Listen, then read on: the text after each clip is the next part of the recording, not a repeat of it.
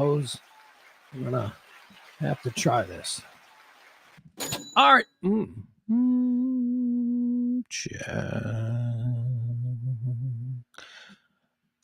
All right, everybody, welcome in. I am Pugs Moran. It is noon. It is time for the nonpartisan, normal working class to get together and have a chat for a few hours.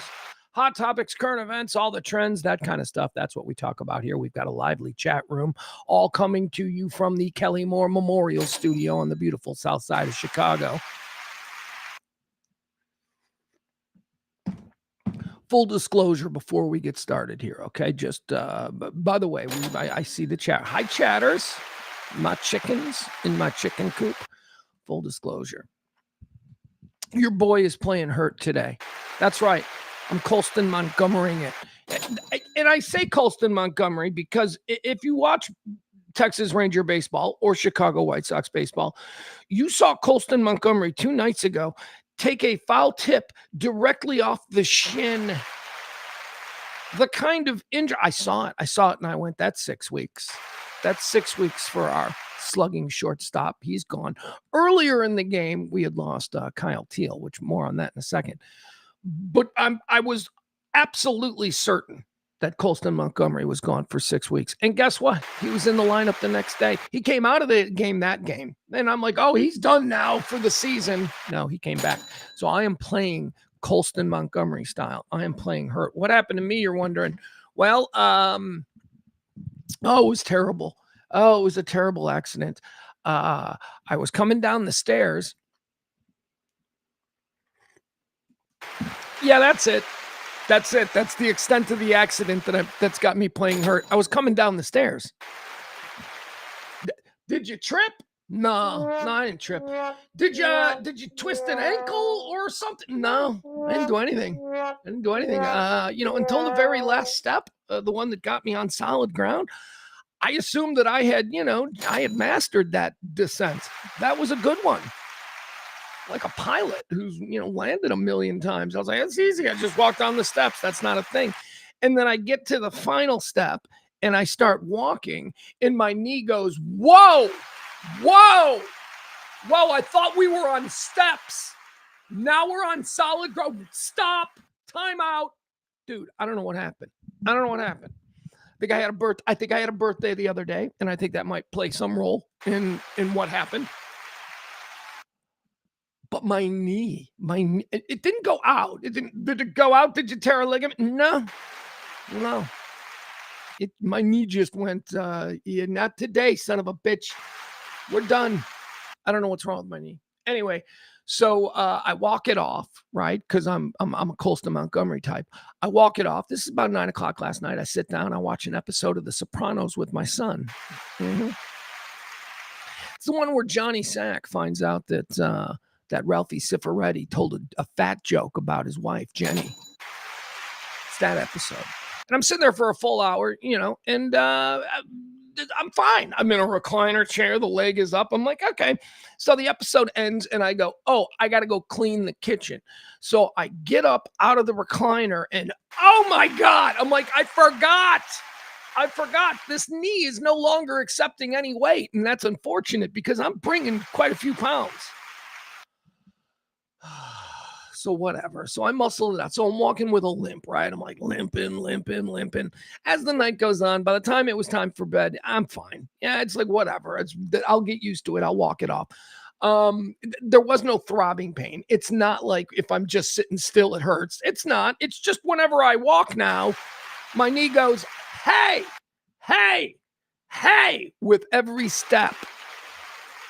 And is this just now me? Is this just now how I have to live? Anyway, so I go to sleep. Everything's fine. It's not throbbing. Doesn't keep me up. Great night's sleep. Then I get up in the morning and oh my God, Mr. Stiffo. And I'm not talking about little Elvis. I'm talking about my knee. I'm like, what happened last night? And I look at my knee and it's fine. There's nothing wrong with it. It's not swollen. It's not anything. But now I can't get out of bed because now it's all stiff. Anyway, I'm hobbling around.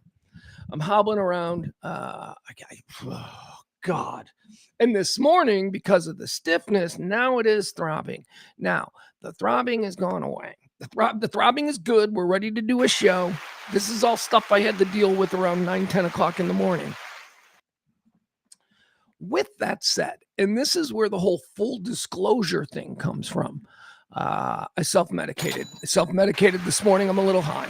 I never get high when the sun is out. That's a big rule with me, unless it's summer and you're near water. There are some caveats to every rule. But yeah, I was like, I don't take pain pills, so that's not an option. Don't have any. That's not an option. Wouldn't anyway. I get itches. I get whenever I take a pain pill of any kind. I start itch. I don't like it anyway. So I thought, whatever. I go, my knee is throbbing. Weed helps with that. The only thing that weed doesn't help with, as far as like muscle pains and stuff, the only thing it doesn't help with is a headache. Weed, I have found, actually makes a headache worse. It makes it worse. But everything else pretty much better. So I'm doing this show slightly high. And I just wanted to put that out here in the beginning. Should I lose my way or should something specifically weird occur? You can just go, well, he was high. I mean, I'm not high. I'm just a little, I can feel my knee. My knee actually does feel okay right now. But when I get up, like, should we take a break? And we might, because I got a lot of stuff I want to really get into today. But if we take a break, we'll find out. When I get up, we'll see how my knee is. It's just an age thing. Again, I did nothing. I wish I had a cool story. Yeah, I was snowboarding. No, I got no cool story. I was walking down steps and boom. Old man injuries. That's a thing. Chat room. I'd love to hear your old man injuries. What do you got? You got a back? What you can't move your right arm anymore and you've just accepted it? I have a friend who has that deal. His arm doesn't work anymore. I mean, it works. He gets by, but it doesn't work. It doesn't work like it did when he was 15. I'll tell you that.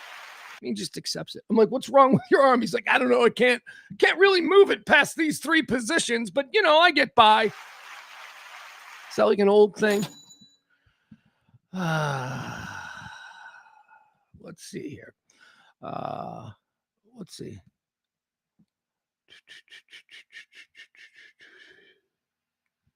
What's going on? I want to say hi to the chat room. All right, we'll do the chat room thing first, and then we'll run through, because why not? Let's have some fun today.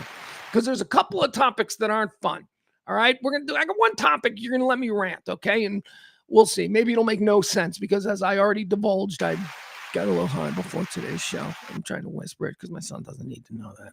Because can I go back to my rule? So my rule has always been make it a treat, right? Because if weed heads, there are dudes who wake and bake every day and all that. And some of them have found professions or careers where that's not a problem. And it actually helps them get through their day, right? Then there's other dudes who just, they get high and then they can't do anything because they just want to watch, YouTube all day or whatever it is. That's the problem. That's what you got to avoid, right? So that's why I've always had this kind of rule, make it a treat.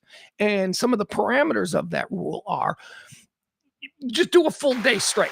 Just look, if you turn your nose up at dudes in the 1960s who used to have 4 gin martinis before noon, okay, then, don't get high during the day. It's the same thing. You got to be aware. You got to be lucid. And you make it a treat. It's something you look forward to when all the important stuff is done. Now, something that I did confront years ago on this very topic was that you had to alter that when you have a real little kid. You can't just be high all the time, even if you're making it a treat and it's nighttime, right? You can't do that, because when you got a 4-year-old or a 5-year-old, you got to be okay right away. So I confronted that. But now it's, once they get old enough, it's whatever. He'll be fine. That's why I said when my son was born, I said, well, I will never do psychedelics again until I do it with this kid for the first time. Not that I do a lot of psychedelics, but it's you can't do psychedelics and have a kid. You can't. I'm sorry. You can't. You can probably do psychedelics and have a grown kid. That might be all right, but you can't. You can't have a 12-year-old and go, I'm going to do mushrooms this week. You can't. You just can't. They might need you. So anyway, back to the rules and why I violated them today. And I think I'm going into such great details because, well, I feel guilty about violating my make it a treat rule. Part of the parameters of that is never when the sun is up. Now that's a rule that applies to about 8 months of the year, right? When it gets dark at like 5:30, it's a good rule. Never when the sun is up. Okay. When it's dark, then fine. You can in your mind say the day is done. It's dark. Go ahead, get high. But that becomes kind of an irritant when you get to the summer months and it starts staying light until like 9 o'clock. You're like, fuck this. So the summer amendments are, if it's above 90 degrees, that means it's the summer. And that means that, and only after cocktail hour, which is like 5 o'clock. So if you consider 5 o'clock. So if it's the summer and it's still light outside, if it's after cocktail hour and it's over 90 degrees, you can get high because it's summer. The other part of that is where all the rules get thrown out is if you're near a large body of water. If you're near a large body of water, large enough to sustain a boat of some kind or a river that functions as a recreation area, then the rules don't apply. Then you're on vacation and you do what you want. But I have tried to instill into my son who doesn't drink. He doesn't like alcohol, which is good because, that's a problem. Pills. He's not really a pill kid. He wasn't raised on like Ritalin or, any of that kind of stuff that we used to give kids. So he's not a pill kid. He likes to he likes to get high. That would be his vice. That would be his teenage vice. And, his parents know about it and trying to educate him properly and all that kind of stuff. Of course, it's highly illegal where he is. So that's not, it's not an option. He's not a lawbreaker, wink, wink, whatever. But one of the things is, don't always make it a treat. It's an end of the day thing. It's an in your house. At the end of the day, you're not driving. You're not out in public. It's a way to relax and it's a way to sort of just reset. So make it a treat. Anyway, I violated that today and I feel bad. And that's probably why I just rambled for 10 minutes because that's what it does. All right. In the chat room, we reward a podium system. These are my chickens and it's my coop. And I just love that I have people there every day, just like F1 podium, first, second, third place. The first person in podium number 1 today, Peter. He's king of the coop. King of the coop is Peter. Chicken coop 1, 2, 3, 4, 5 is his new handle. He's first in. After him, Auntie April, cluck, cluck, cluck, she says. And then Big Al. Big Al. Thank you, Al.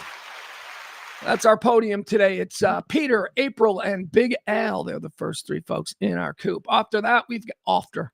What's that? After that. I've been doing that lately, and my kid's been calling me out. Sometimes I'll weirdly pronounce a letter in a word, and it'll sound strange. I don't do it on purpose. It's just like a tick. Is this because of the proximity to my birthday? Is this another old age thing? Or I'm going to start pronouncing words wrong? Anyway, let's get back to it. We've got after Al, and after. It was Peter, April, and Al. There you go. That's our podium. After Al, I'd like to welcome into the chat room today one of the mainstays, Taronda, Jen. Gotta make it smaller so I can go down here. Mikey D, Kevin, KB. KB in the chat room. He says backstage as we speak, Pugs is going through his enunciation warm-up exercises. The rain in Spain is caused by Jewish space lasers. And other tongue twisters, he says. All right, pretty good. Pretty good. Jen and Al seem to be talking to each other. I'm looking for something. Hold on. That I thought I saw. Here we go. Peter, that's it. This is what Peter's got an announcement there in the chat room. He says, for any DFW musicians, we lost one of the greats today, Chad Lovelk from Course of Empire passed. He also ran sound at the Curtain Club back in the day. He will be missed. I don't know, Chad. Maybe I do. Maybe Chad is someone that I know as Chad. Hey, Chad, but I don't recognize the full name, Peter. I'll say this. If he ran sound at the Curtain Club back in the day, I don't know what back in the day is, but if it constitutes anywhere between 2001 and 2004, maybe I knew him because that was a place we used to hang out at. Didn't Live 105.3 do a show every Sunday from the Curtain Club? We were there every Sunday at the Curtain Club. Chaz, Live from the Curtain Club, I believe it was called. Anyway, sorry to hear about that, Peter. Chad Lovell. Chad Lovell is the name. Chad Lovell. Sorry to hear about that, Peter. I don't know that I knew Chad. Maybe if I saw a picture of him, I could recognize him. Let's see. Mike D. This is a message from Peter to Mike D. Peter says about Chad. He was one of the nicest guys you would ever meet, and they are one of my all-time favorite local bands ever. And we all say the same thing as Mike. We're sorry, Peter. Sorry, Peter. That sounds sucky. All right, let's see here. All right, yeah, so I was asking, this is what I wanted. I was asking for some old people injuries, things you can't explain. I don't know why my knee suddenly hurts whenever I put weight on it, but here we are. Al says, I can't sleep on either my left or my right side anymore. If I do, I wake up with, what does it say? Wait, if I do, I wake up with achy shoulders. Did you used to sleep that? See, that would be a deal breaker for me. Actually, it wouldn't be. That's the whole point of this conversation, right? That as we get older, I have the friend who can only use his arm in 3 positions, but he refuses to go to a doctor, and it's fine. It's fine. Just I have me. I can't put pressure on my knee. Excuse me. As of about 9:00 last night. And look at this. Al can't sleep on either side. All right, Mike. All right, Mike. Now, Mike's. This is God bless you, Mikey. Mikey D says stroke here, thyroid cancer, lost part of vision. Don't be like me. Oh, Mike. Mike. Really, we must sound like complete bitches. I am so sorry for sounding like a complete bitch. I'm sitting here. I'm going old age problems. Am I right? Meanwhile, Mike is like really going through it. Has gone through it. Seems to be cool as shit still. God bless you, Mike. If you believe in God. If not, that's cool too. Good energy all around. Barney says, I lived with constant pain for about 20 years, then had surgery. Life-changing. Oh, what kind of pain? What kind of pain? The pain of unfulfilled expectations. The pain we all live through. Please tell me there's a surgery for that. Pete says, Pete's got an old man injury. He says, broke my ankle walking to the bathroom one night. Yeah. Says he was my age at the time. Yeah, that's how it goes, man. You break something.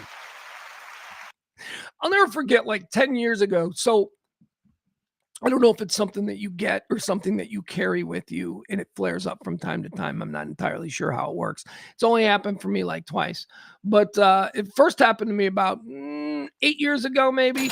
And that was, I suddenly had gout out of nowhere. I'm like, what the hell kind of thing is this for me to have? And it went away. And thankfully it's only come back once in like the last 8 years. I think we're about 5 years clear. You know what it is? Crab meat. I was doing a crab meat diet where it's a lot of crab meat and a lot of tuna fish. And apparently there's something in that. And my foot just went, nope. So that's kind of an old man disease. But again, I need to shut up because Mike has the real. Oh, geez, Mike. Really, Mike? Okay, at some point, you got to stop end zoning us. Mike says triple bypass as well. Don't be like Mike. Jesus, Mike. Holy shit. Adam's here. Adam, let's change the subject. Adam, you got something you want to fight with me about? Adam says, hola. Okay, I got something I could talk to Adam. Hey, by the way, also, look at me. That's pretty much what I expected. Congratulations to the Texas Rangers. Now stop it. You'll notice I'm not wearing my White Sox hat today because the Texas Rangers took my White Sox out of first place. I mean, we're an entire.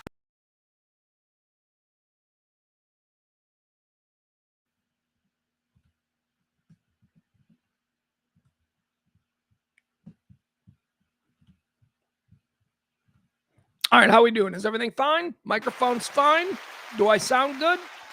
Because we just had that situation where the sound went off, where Restream just decided to go mic's off, and we're gonna. So I need to know if right now everything is set back to normal. I think I caught it in time. Please let me know, chat room. Does it sound like I'm speaking into this mic, or is it for some reason now using the computer mic? You can respond by going, it sounds good like it always does. That's fine. All right.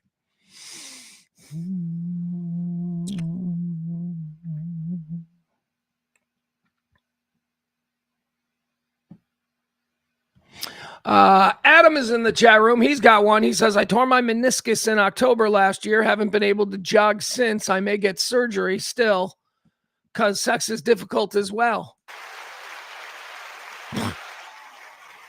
We all got it, right? Al says that he has a knee also. Al can't sleep comfortably and he's got a knee. It's just what we do. We all go through this.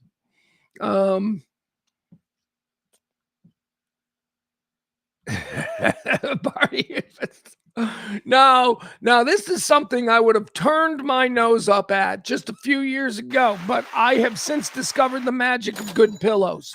Barney's right. I apparently use shit pillows my whole life, and then I was introduced to good pillows, and I'm like, okay. Mattress, too. I got introduced and spoiled by a good mattress. The mattress that I'm using here at this house is like the greatest mattress I've ever slept on. I don't know, maybe it's time for a new mattress.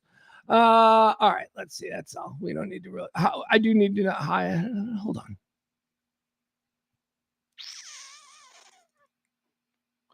All right. Thank you, Mikey D. See, this is what. Okay, so just within the last minute, Mikey D says I sound fine. Thank you. Appreciate that. Yes, I did, Peter, because, I've watched every game and I know how the White Sox play. The White Sox scored 22 runs in one. They've scored, first of all, they score over. This is very exciting because remember, and I'll preface everything I say about my White Sox with 2 years ago, they set the record, the historic Major League Baseball record for most losses in a single season. So as a White Sox fan, I've gone through it. So please indulge me that, we're all surprised that our team is actually pretty good. Now, many times this season, they have won by double digits. They've crossed the 10 line, I think 6 or 7 times. It's very exciting to us. I don't know where that stands in Major League Baseball. I think it's probably pretty good. Don't know officially where it is, but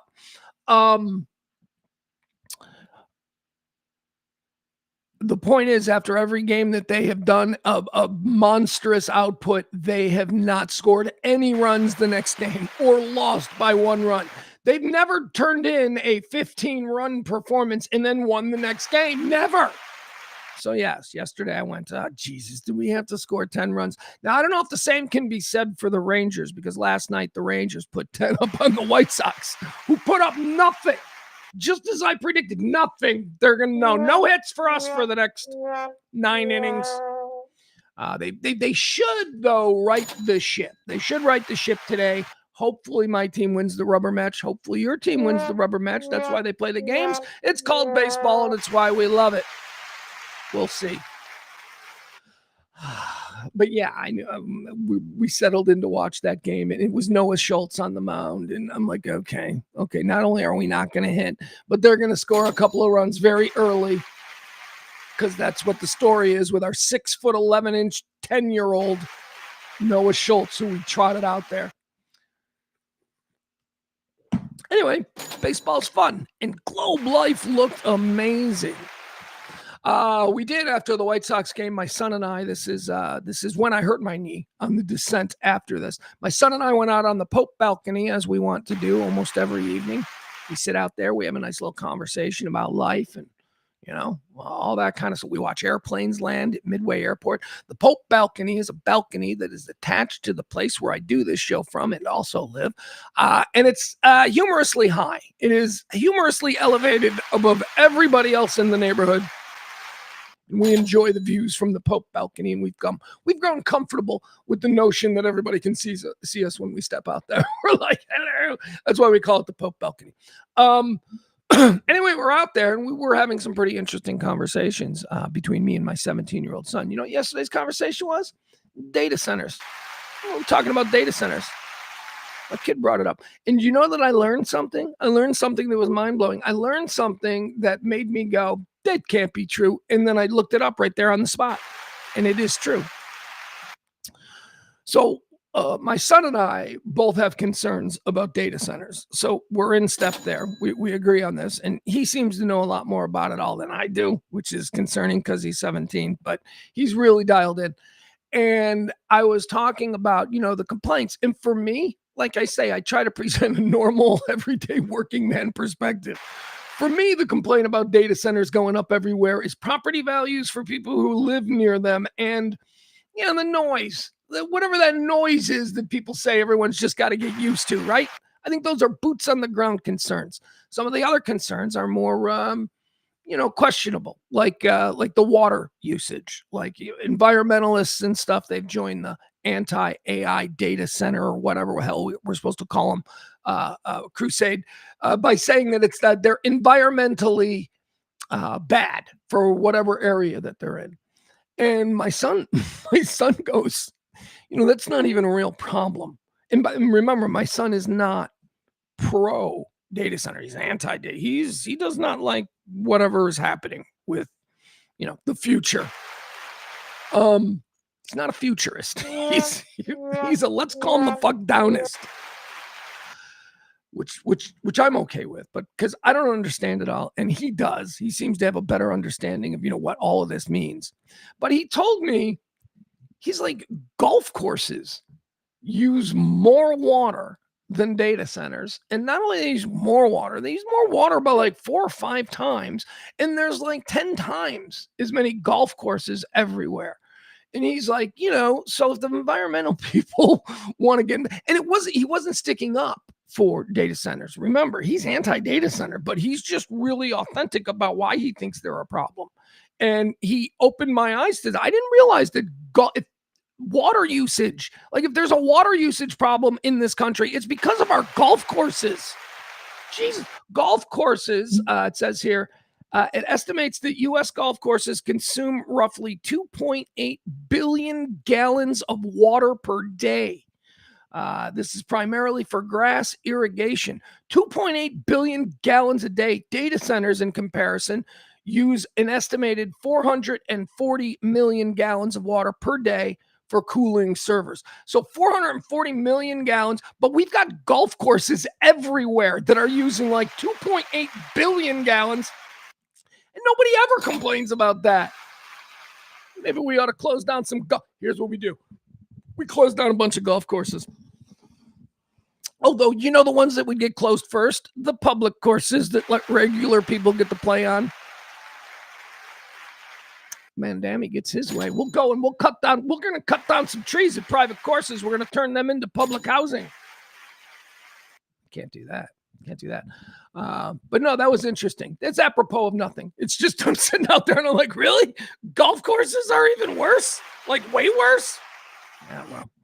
All right, bunch of stuff that we are going to get into today concerns some more serious topics. For instance, I talk a lot about the distractions, the pettiness we all love, especially in this social media world. We love to be triggered by the petty distraction when there are really big things going on, and there are really big things going on today that are not petty distractions. First and foremost, we have the very serious situation that occurred. Is it occurring now? I'm not sure. I know that Trump was on his way. The body's returning from Dover. This is not programming, okay? I have a 17-year-old son, and this is frightening. The idea, today, there are 4. Is it 4? Oh, God, I should probably know this, but I avoided it because I avoided the news coverage and reading all about the ceremony at Dover today for those. I think it's 4. I guess I'll have to find out for sure. I avoided that for the same reason that I don't watch movies about slavery and I don't watch movies about the Holocaust. Okay? I've seen it. Man's inhumanity to fellow man is ingrained in me. I don't need to be reminded. I don't need to see any stuff about slavery. If you're younger than me, if you haven't seen the Holocaust or Roots on American television in the 70s, then have at it. So I feel the same way about our returning soldiers, especially when, they get the Dover treatment. I don't want that to become normalized. I don't want to see it because this is what happens. They make a huge deal about these.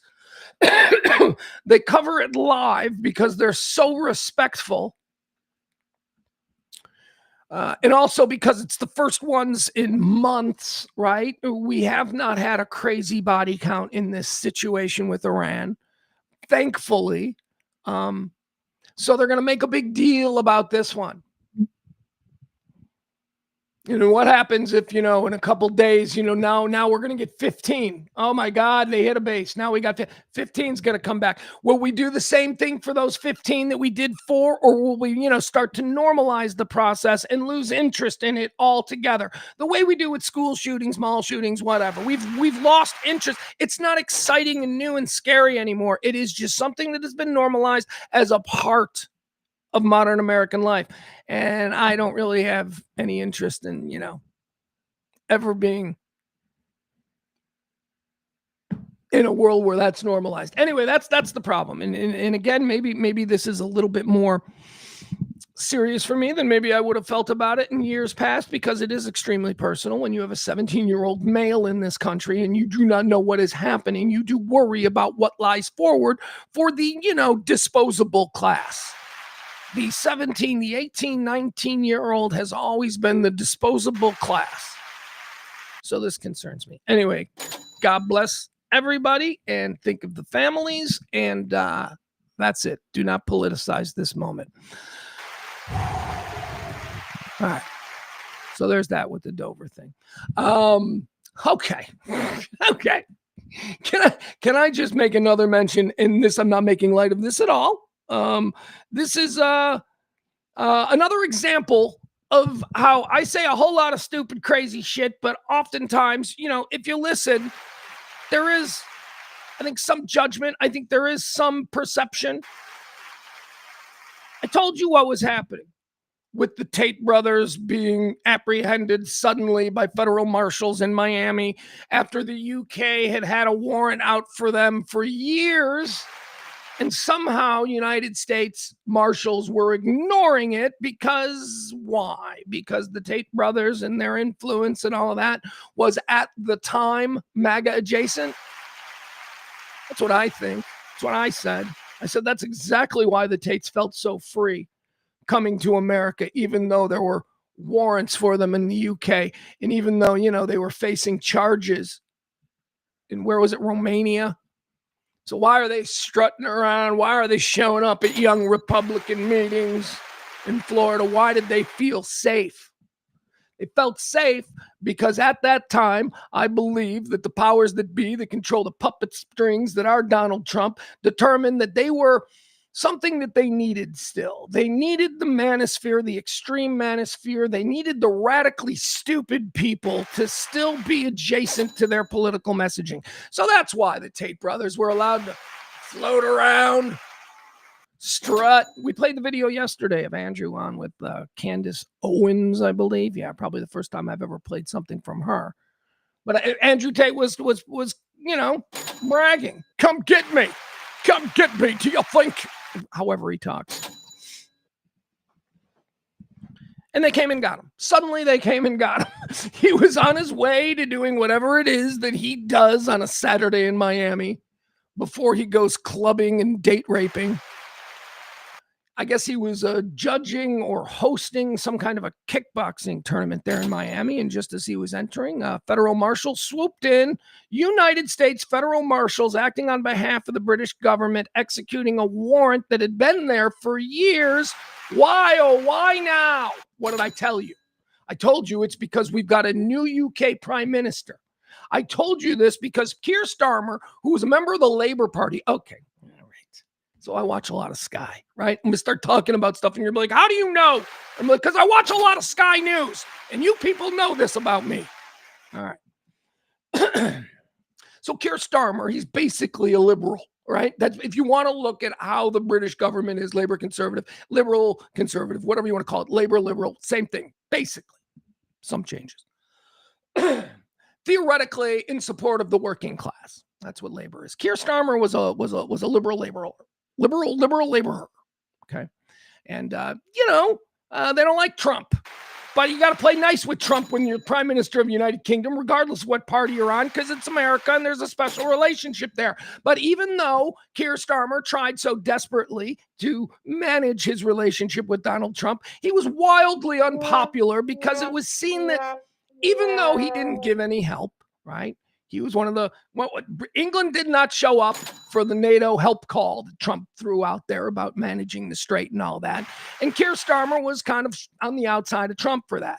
But he also did a lot of things that people in England thought were appeasing to this kind of madness. So he was in trouble and he had to go. And he has now been replaced by Andy Burnham. Is that his name? I don't know. This is like the 12th. This is like the 12th Prime Minister of England in the last couple of years. I think it's like 6 and 10 years or something. I don't know, whatever. It's crazy. So this new guy is coming in. He's also in the Labour Party, right? He's got a clean slate, though. And also, England needs to fix their relationship with what is currently being called the White House. All right, they need to. Donald Trump served up Andrew and Tristan Tate to Andy Burnham, because you have to understand, again, he's another one of these labor guys, which if you think about it in the context I presented it to you, labor is liberal, just like in America. The people in England who support the Labor Party have been wanting Andrew Tate for culture war reasons for years. Trump gave the new Labor Prime Minister something to feed the peasants. Look at what I got for you. We're bringing them home. Do you know how big the news is of the extradition in England? Like I said, I watched Sky. This was a gift to the new prime minister. And Trump, in return, was probably going to ask for something. Comes today's news. The United Kingdom have approved the use. Now, this is a continuation of a policy that Burnham was expected to change. Keir Starmer was allowing limited use of UK bases to United States military. This is something that got Keir Starmer in a lot of trouble, and it's the reason Keir Starmer is no longer the prime minister. So when Andy Burnham ascended, it was widely expected that he would reverse this Keir Starmer policy. Trump gives him Andy Tate, and Andy Burnham doesn't reverse the policy and continues to allow American... I'll read you the story. Bombs away. Burnham approves use of British military bases for U.S. strikes on Iran as Trump vows he's not finished at all with this war. Andy Burnham has given the go-ahead to the United States to use British military bases for defensive strikes against Iran. The new PM continued with Keir Starmer's highly controversial policy. See, that's why Keir Starmer is no longer the prime minister, because in part, large part, this policy. So it was widely expected that Burnham was going to go, yes, and we shan't be doing that anymore. Trump called and went, you want Andrew Tate? All the idiot tabloids in London will sing your praises if you present to the peasant the great absconder Tate. And he said yes. And here we are. So that was news last night. That Britain is going to continue the controversial policy, but, you know, Andy Burnham gets to be the guy that brought Tate back to the UK to stand trial. Everybody wins, right? All right, so I predicted it. I just want to go on record as saying I predicted that, okay? I get a lot of shit wrong, and I know that's not conclusive to truth, but do you see what I'm saying? Do you see how it all kind of... This is how Trump deals. Trump is a quid pro quo guy. Trump is, Trump is, I'll do this for you if you do this for me. He's very transactional in everything, including his emotional relationships. I love him. He says nice things about me. Is that why you love him? You love him because he says nice. You don't love him because you've witnessed him be kind to others. And no, you love him because he loves you. That's the very definition of transactionalism, and that's exactly what he is. So that's what happened here. They gave him something that would be a political win on the streets for the new prime minister, and in return, they continued a policy that got the previous prime minister fired. There we are. Let's see here. All right, what else do we have? That is not petty. That is the being all wound up in the Andrew Tate story might be petty, but noticing the political transactionism that's going on, that's not petty. That's understanding how it's all working. Tropical Storm Bertha Great name. Great dead name. If anybody has a pregnant wife, right? Well, that's a weird way to say it, right? Told you I got high because of my knee. If anybody has no, why would I start it again the exact same way?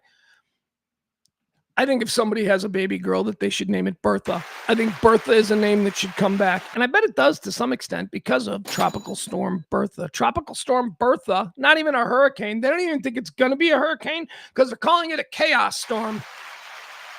Doesn't have any sort of consistency to it in order to form at some point a hurricane. So it's just going to go and screw everything up.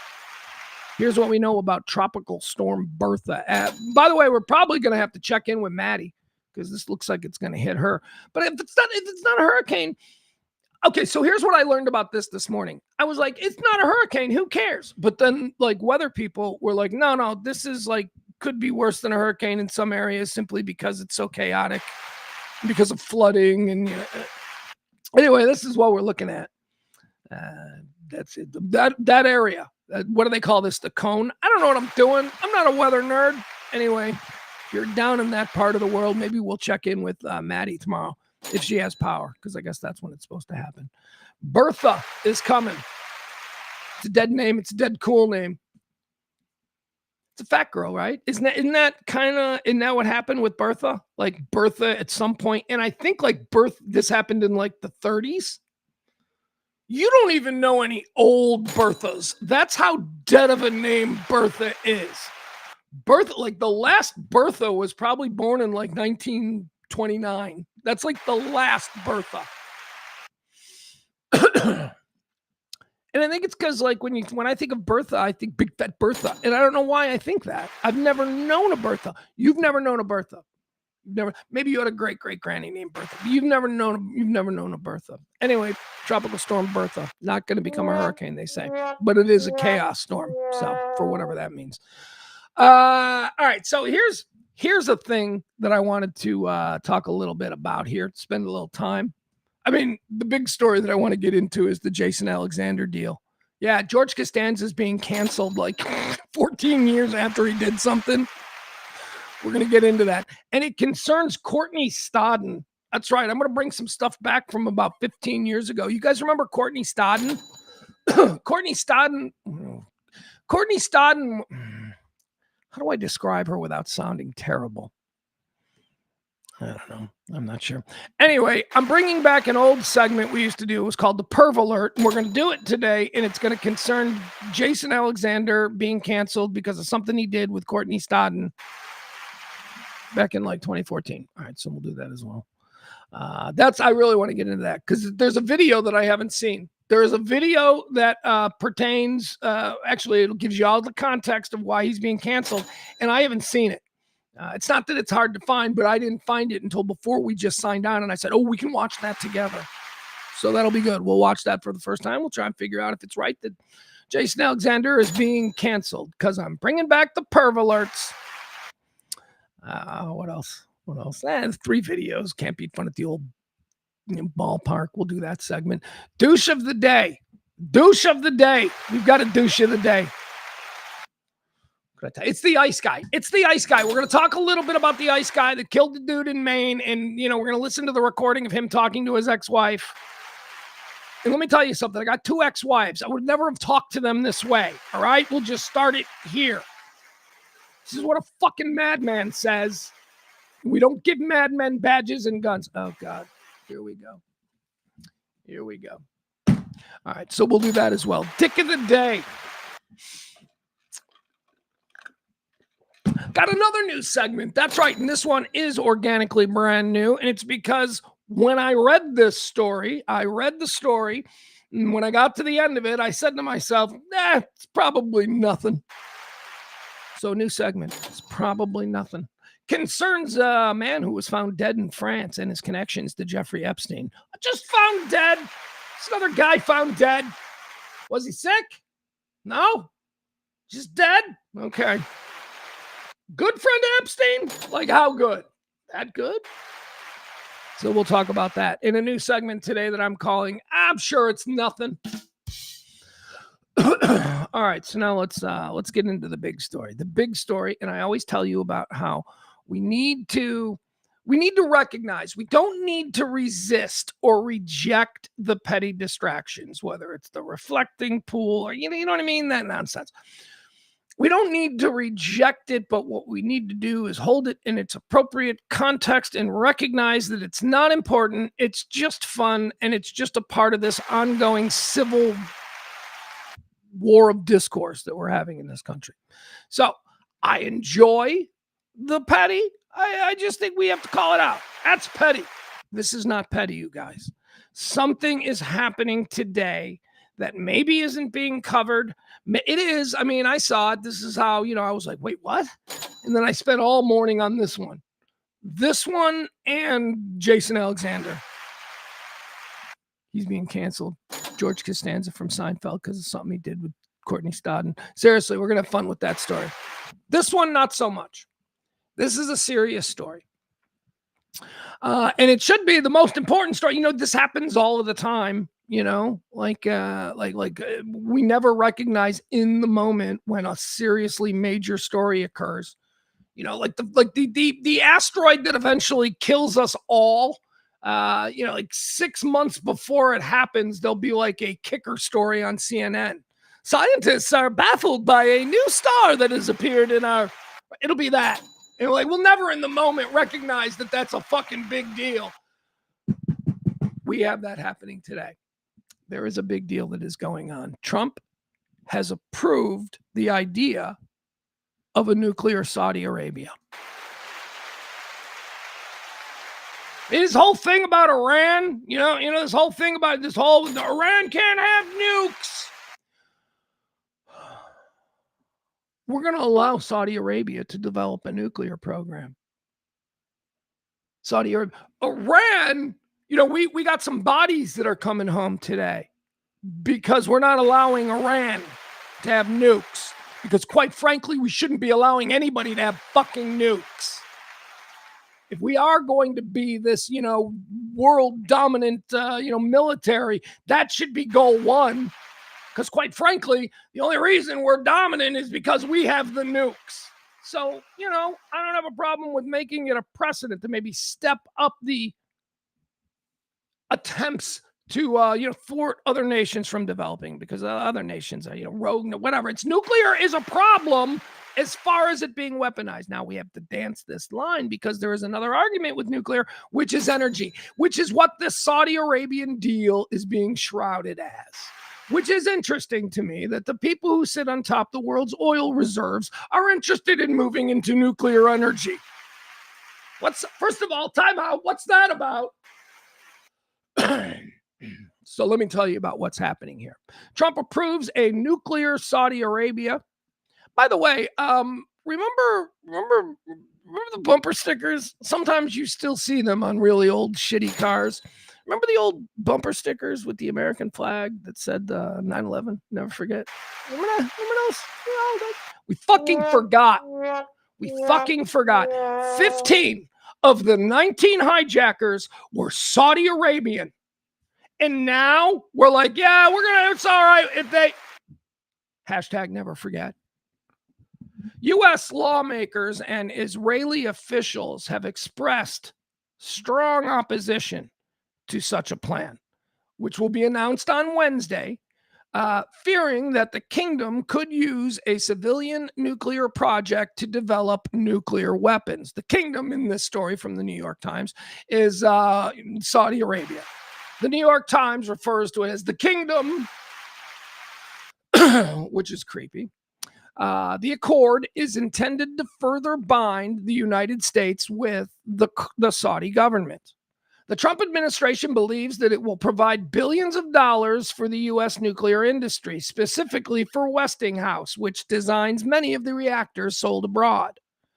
Although the agreement likely would have support among many MAGA Republicans, many U.S. lawmakers from both parties, along with Israeli officials, have expressed opposition to such a plan, fearing that the kingdom could use a civilian nuclear project to eventually develop nuclear weapons. Critics are alarmed that the Trump administration did not require. This is the problem with it, okay? So whatever, you want to present it as they should have nuclear reactors so that they can power their cool space cities. Because let's be honest, everything about the Middle East is modern. Everything about the Middle East is far more futurist, modern looking than whatever the hell we're doing in Cleveland, Boston, Chicago, even New York. Dubai, my God, that's like a Disney creation. It's like Disney created Dubai. Abu Dhabi, Jutsons. The Jutsons built that place. So if they're moving to nukes, like nuclear power, like they want to power all that shit with, maybe they're on to something. Maybe they know something.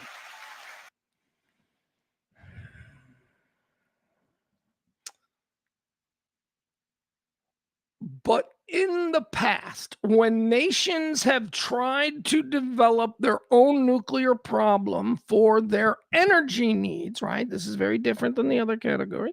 There has always been incredibly stringent oversight by the United Nations and a collection of other countries who were on board with every step of the way.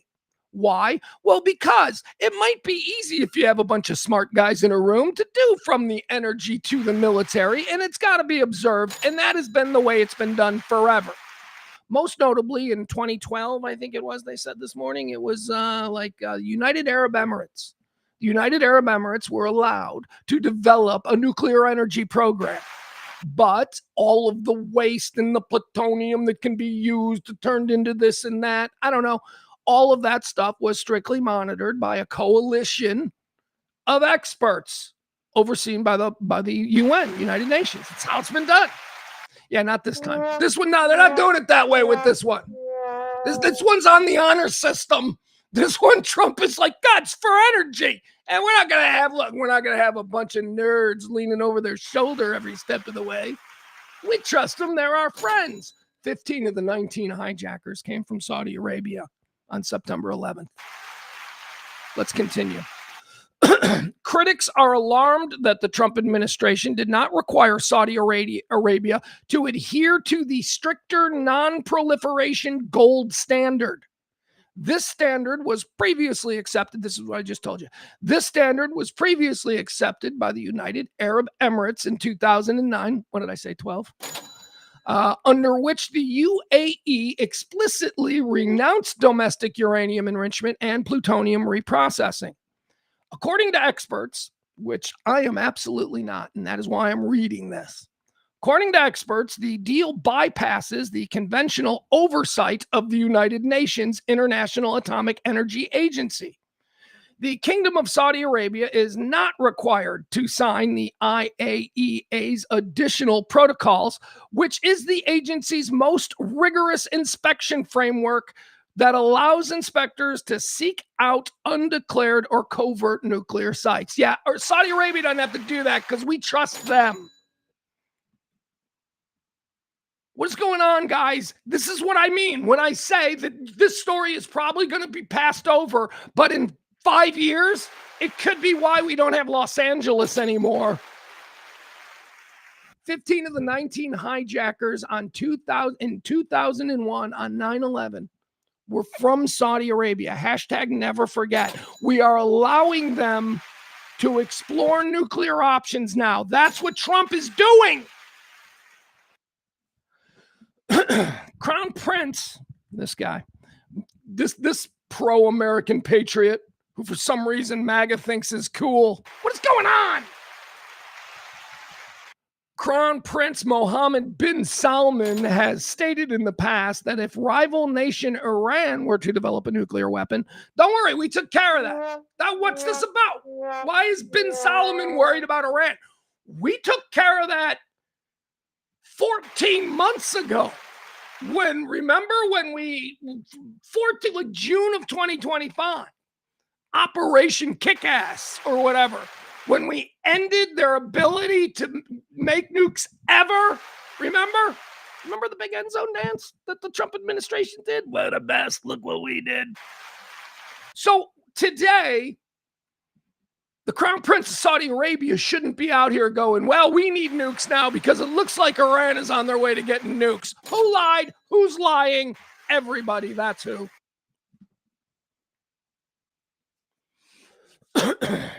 Crown Prince Mohammed bin Salman has stated in the past that if rival nation Iran develops a nuclear weapon, Saudi Arabia will follow suit. I thought it was for energy.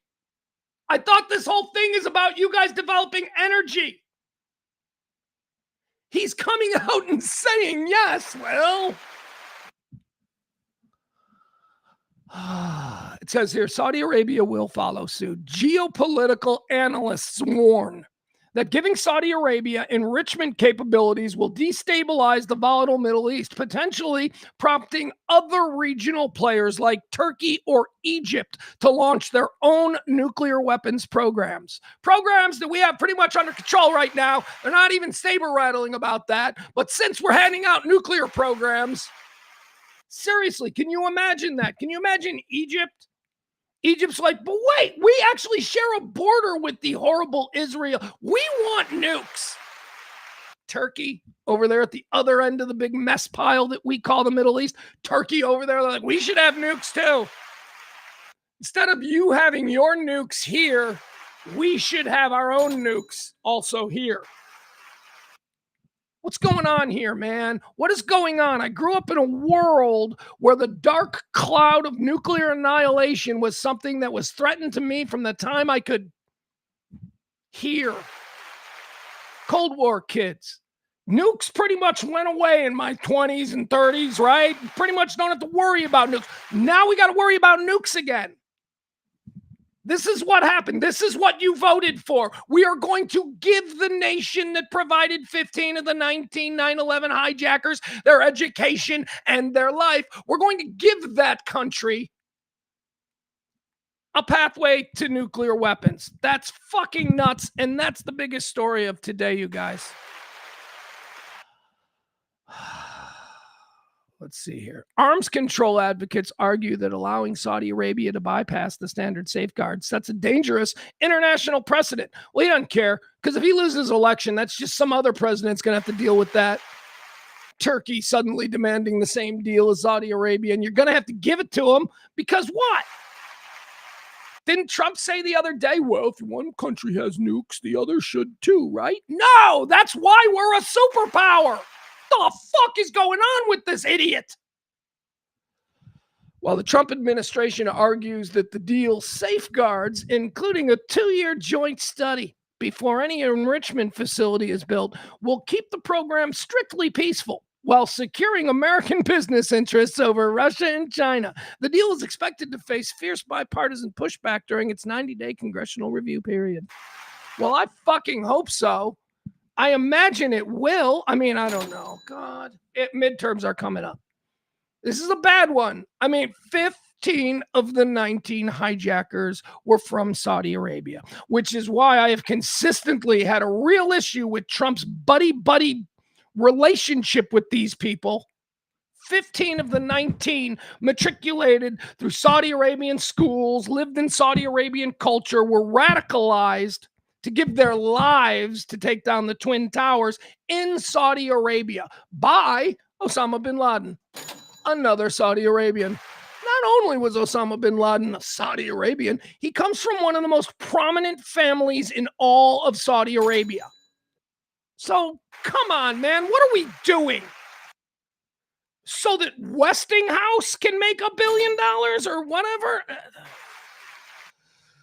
I guess when you're like 80 years old and, on the precipice of death with every breath, you don't really give a fuck about what happens next. All right, so that's the big news today as far as I'm concerned. That's what freaks me the fuck out. The idea that we are going to allow Saudi Arabia to now pursue a nuclear program under the guise of energy, but without anything stopping them from making it weaponized. All right, on the top of that, we are now heading into our 12th night of bombing of Iran.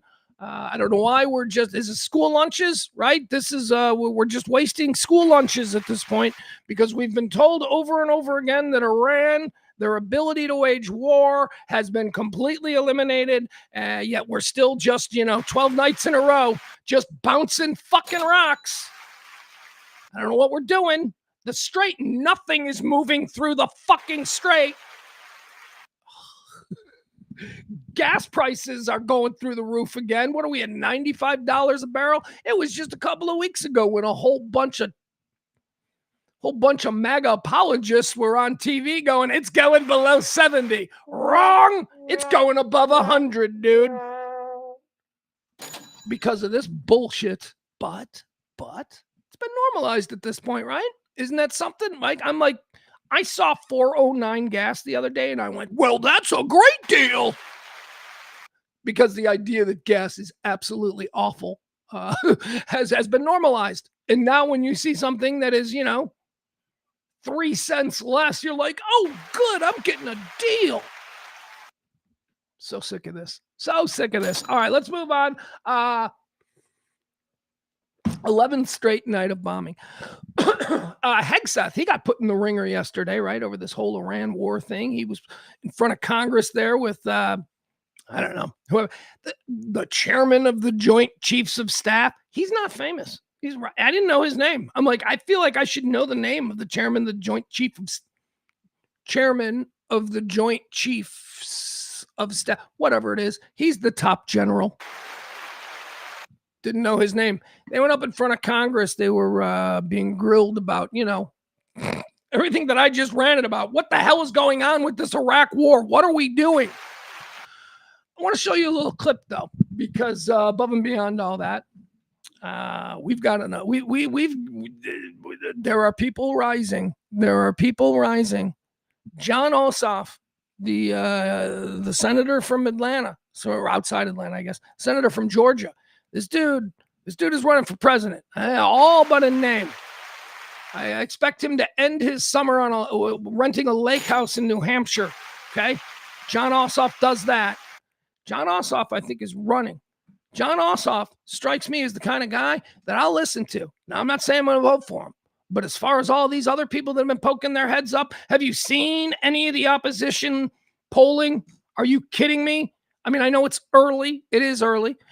But Kamala Harris is still leading the polls. Hillary Clinton is getting numbers in the polls. Hillary Clinton? Gavin Newsom? J.B. Pritzker? Are you kidding me? John Ossoff. All of a sudden, we got this John Ossoff guy, and I'm looking at him, I'm going, all right. Is America ready for a Jewish president? Well, they had one born in Kenya, so that wasn't a problem at all. All right, so I want to show you this. This is Ossoff going after Hegseth. Why is this interesting? Well, oh no, do I not have it? Hold on, Ossoff Hegseth. Yeah, all right, never mind. I don't have it. It's all right. We don't want to do that one anyway. Screw it. I don't care. Anyway, I think he's interesting. And I think if you're... Sorry, I thought I just heard my car alarm going off. It's just I'm pointing out people that are rising that might be viable in a year or so. Although, it's clear that John Ossoff is rising. It's clear that Andy Bashir is being talked about as well. Another white guy who has somehow found a way to win a MAGA state as a Democrat. I like Ossoff better than Bashir. Because every time I look at Bashir, I think, God, he's perfect. But what's wrong with him? There is something, and I cannot think there is just something. Same with Beto. It's the same thing I felt about Beto. I was like, yeah, there's just something. And if I'm being honest, I have a little bit of that with Tallarico, but I like that dude. I think that dude seems like a good human. I just think maybe he's a weird good human, like a nerdy kid. I think that's it. I think that's my problem with Tallarico. I think he might be a nerd, and I think that's what I'm sensing. He's kind of a dork, but he seems good. Seems like a good person. Anyway, John Ossoff. I'm keeping an eye out. He went after Hegseth, and it was pretty cool, and we don't need to show that video. You know what I want to do? I want to take a quick break. Let me take a quick break here. Let me go to the bathroom. Let me test my knee. Oh, God. Let me see how my knee is now. It's not aching or anything like that. But then again, it's been kind of set in the same position now for about an hour. So I'm going to go to the bathroom. I'm going to give myself some coffee. I'm going to test my knee. And when we come back, we're going to get into a perv alert. That's right. We're going to cover Jason Alexander, George Costanza from Seinfeld, who's finding himself in a bit of hot water this morning after some old video, a sketch that he did that was perfectly acceptable when he did it, is now being questioned. Is George Costanza groomer? Concerns Courtney Stodden. We're going to talk. You remember Courtney Stodden? So anyway, I found a video of it's like a 5-minute funny or die sketch that starred Jason Alexander. Remember back when Funny or Die was doing sketches? I don't know if they still are. I've just kind of lost interest. It stars Jason Alexander, and it seems to be a parody of the Dr. Phil show where Jason Alexander plays a daytime talk show therapist. And the guests are Courtney Stodden and her old man husband. Remember that was the deal with Courtney Stodden? She was like 12 and her husband was like 83. And they were like, this is totally normal. Okay, so that's the premise. So we're going to take a break. We'll come back. We're going to watch that video because I didn't know the video was readily available. I had searched for it earlier, couldn't find it. Then I searched for it a different way, and it popped up just before we hit live on the stream today. So I haven't seen it. So we'll talk a little bit about the story. I'll tell you what he's in trouble for. I'll tell you what he's saying, and then we're going to watch this video. It's going to be a live reaction when we come back. They're trying to cancel George Costanza. Let me tell you, didn't get any tips yesterday. That was all right. Day after my birthday, you can't expect anything. But this show does need your funding. We need money, shaking that can like some Christian nationalist preacher. Help the show out, please. Drop a little something. We are mentioning, that's what we'll say, publicly thanking all of our heroes of July. These are the people who have tipped the show to some degree, helping us out, making sure that we can continue to do a show the very next day. Our heroes, my heroes for July, of course, are Al, Big Al, Jen H, April, Heidi, Tracy, Maddie, Peter, Barney, Mama B, Mike D, and Leslie C. Thank you, folks. Thank you so much. Appreciate you.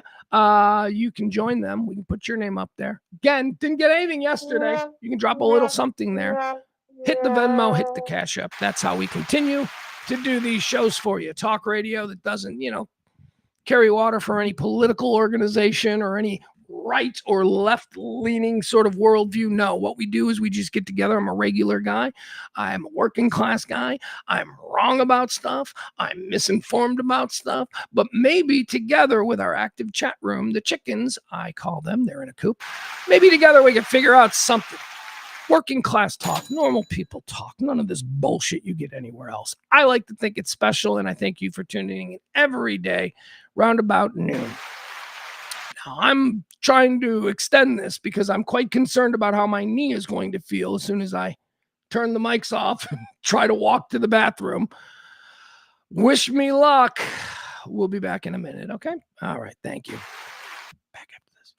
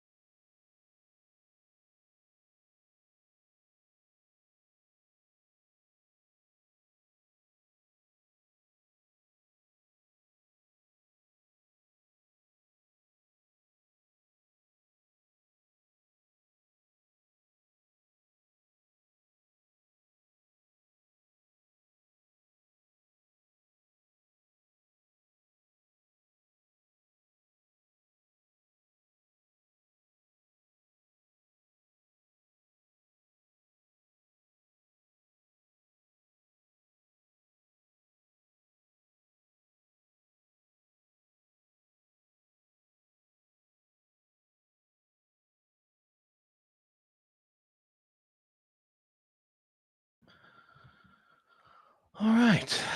All right. Look at this. All right. All right. Breaking news. I got up, nary a limp. We're doing all right. The knee is, well, it's sore. Like, I didn't. Here's the thing. Could I go to the grocery store? Yes. Yes, I could. Yes, I could. A little bit of a tinge, but certainly not at all what it was just a few hours ago when I woke up and I thought, oh my God, is this my life now? Yeah, I'm actually all right. I still don't know how I injured my knee. I was coming down a flight of steps. I did the steps perfectly. I do steps good. And as I stepped on the flat ground, the main floor, and began to walk normally, my knee went, hey, and it just really hurt. And then anyway, it was quite an experiment here. The first hour of the show, sitting still, knee cocked in this position, sort of bent, frozen. How would it react once I took a break and had to go to the bathroom? And I'll have you know that we were good. We were good. You know who's not good this morning? Jason Alexander, George Costanza. He, of course, of Seinfeld, and that's it. I mean, they gave him a couple of sitcom runs over the course of the past 20 years or so, but nothing took. Jason Alexander, fortunately or unfortunately, is no Julia Louis-Dreyfus, who has of course built upon her success on Seinfeld with Veep and numerous other projects that are high profile, burgeoning movie career. Not so much Jason Alexander. I honestly, outside of the sitcom that he had, Bob something, it was like a sitcom, like Bob Richards. It was like a dumb name. It was on for like a couple episodes and then went away. Outside of that, I don't know. What am I missing something, chat room? What has Jason Alexander done other than an arc on Curb Your Enthusiasm where he played Jason Alexander? I don't know. Anyway, he's in the news and we're talking about him today. Jason Alexander, George Costanza from Seinfeld, because apparently years ago he participated in a Funny or Die sketch. Funny or Die, that was Adam McKay and Will Ferrell's early venture into comedy content creation for the digital age. Funny or Die. They were very funny. A bunch of some very early viral moments for Funny or Die. But they started to crank out bits, and I think that they, kind of lost a bit of their steam. And I honestly haven't thought about Funny or Die in 10 years. So here we are talking about 3 things that I haven't thought about in 10 years. Funny or Die, Jason Alexander, and Courtney Stodden. Courtney Stodden is the important component here in this story. As Courtney Stodden, if you remember, was a pop culture media creature created, I don't know, we're going to get details, but right now, let me just go with my drunk history type recollection of it all. She was a kid. She was, let's call her what she was. She was a child who looked like Jessica Rabbit. And she married a guy she was 16 and she married a guy who was like in his 50s. The guy she married was a dude who was on the show Prison Break, but not even a starring role, just like a dude in the background. He wasn't even famous.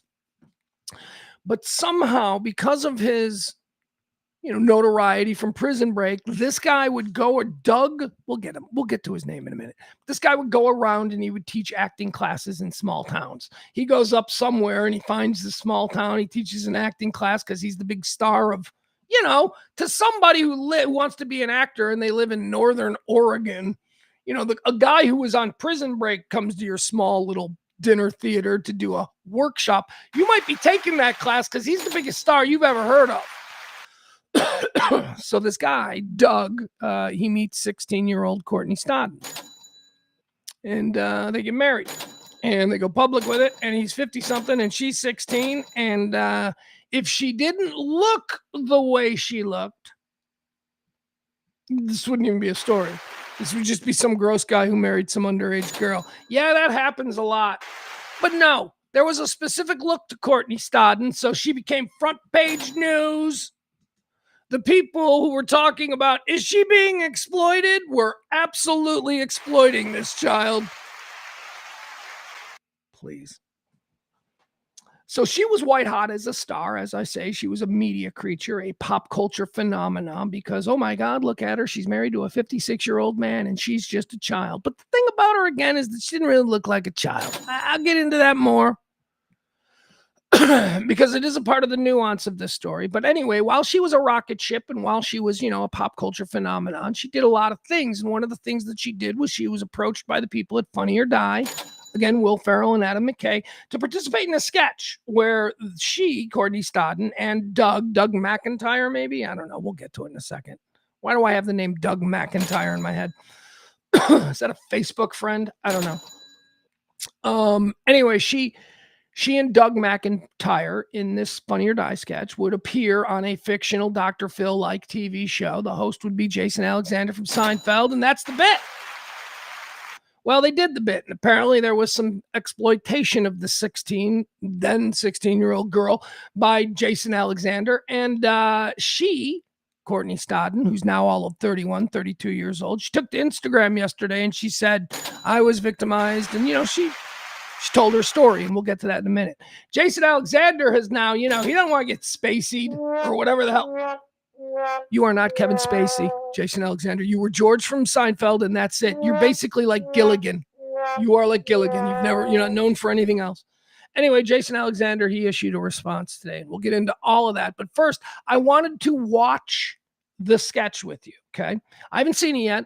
Like I said, I just found this moments before I hit go live on today's stream. So this is the sketch in question. Again, this is 16-year-old Courtney Stodden, her 50-something-year-old husband, yes, and Jason Alexander playing the role of a Dr. Phil type. Okay, this is a Funny or Die sketch, and it is at the center. Hold on. There we go. I want to make sure I get it from the beginning. It's at the center of what we're going to talk about after this. So let's all watch this together. Hopefully the sound will cooperate. Make sure I got everything down so that the sound is good. This is called The Donnie Clay Show. Donnie Clay Show from Funny or Die. And this is what Jason Alexander is being canceled for. Let's watch it. He's American. Oh, hold on. I think the sound's a little bit loud, and I don't think we need that. So here we go. Fourth leading life coach, self-help guru, and motivational master. The man with the answers. Here's Donnie Clay. Judgment. We're always judging, aren't we? People, places, experiences, relationships. And that's why I, Donnie Clay, do not judge. You know who I don't like? Dr. Phil. Because he's kind of a judgy guy, isn't he? Very quick with the judgments. You may have thought that was a judgment. It's not. That was an observation. Today, I'm going to be working with two people who have been at the center of a lot of judgment lately. 17-year-old media sensation Courtney Stodden and her father, Doug Hutchinson. Welcome to the Donnie Clay Show. I'm not her father, I'm her husband. So you two kids are married, are you? Yes, May 2011. Oh my. Well, then, Courtney, you were a 17-year-old bride. 16. Holy shit. We'll edit that out. Yeah, Courtney and I, we're just very much in love. I'm sure you can tell just by that picture. Can we put that picture up, guys? Yeah, I see what you mean, Doug. I like what I'm seeing there. Yeah. Where was this picture taken? My Uncle Stevie's funeral. Let's be honest. People can be cruel, as I've said, and what we have to do is we have to fortify this relationship. We have to make it so strong that no amount of judgment can possibly harm you two kids. So let's go ahead and fortify this relationship right now. You ready to do some work? Ready to go to work? Let's go, Doc. All right. Okay, so first of all, we've now watched about a minute and a half of this sketch. It's not funny at all. There's no wit. It's not clever. It seems like a cookie cutter bit. Like they basically, the writer's room said, all right, let's do a parody of a talk show. And then they just kind of went and built off things we've seen a million times before. I don't think it's particularly clever, but let's continue. Once again, Jason Alexander is being criticized heavily, forcing him to issue a very public apology for participating in this bit all the way back in 2012 with a 16-year-old Courtney Stodden and her 50-something-year-old creepy husband. Now, Courtney, you did something very brave recently. You went on the Dr. Drew show. I did. And Can I just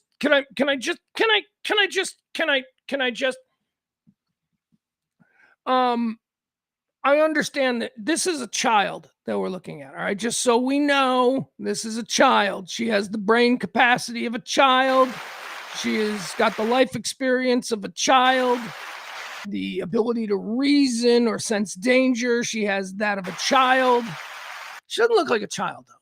Can we at least say that she does not look like a 16-year-old? That sort of the reason that she became this, famous person isn't simply because she was 16. It's because she's 16 and she looks like a 24-year-old porn star. And I would argue that she looks 30. That she has a face and the makeup and the hair. She looks 30. So this is a complicated kind of thing here because viscerally you see her, and if nobody told you anything about her, you might be comfortable being attracted to her. But the minute you find out that she's a 16-year-old wearing this husk of an older, more mature woman, it becomes very confusing. And I think that's why was American media allowed to splash this overly sexualized 16-year-old everywhere, right? It's because she doesn't look like the little girl. She never appeared in the schoolgirl outfit with the book bag and the pigtail sucking on the lollipop, trying to infantilize herself. She was kind of the 16-year-old who we knew was underage, but she was trying to look like a 30-year-old MILF porn star. I'm just saying there's a lot going on here. Now, because of what I stated, because we know that she's 16 and she has a 16-year-old's life experience and a 16-year-old's maturity level and a 16-year-old's intellect and all of that stuff, we cannot forget that. She was being exploited here. If the argument is, she made all kinds of money and she enjoyed being famous, she was 16 years old and had absolutely no idea of who was making money off of her for what reason by putting a child in a bikini and having the star of Seinfeld do this. Allowed him to do an ultrasound of your bosom to prove that they are as God intended them to be. It was very brave, but I don't want to do that. I'm not that crass. I don't care about your breasts. I mean, they're lovely. They're lovely. Thank you. But I don't care about them. What I care about is the quality of your heart. So I have a special app here on my iPhone, and if I may, I'm going to use this to just find out what's in the quality of your heart. I can't tell which side should I be on. It's on the left side. Not this side? No. Not this side. No, this side over here. Yeah, this is the side? Not down there. Alrighty then. Let me see. That's great. I'm getting a lot. Are you getting anything? No? Oh, that's interesting. I'm not getting anything here. I got full bars right here. Tell her why you love her, dude.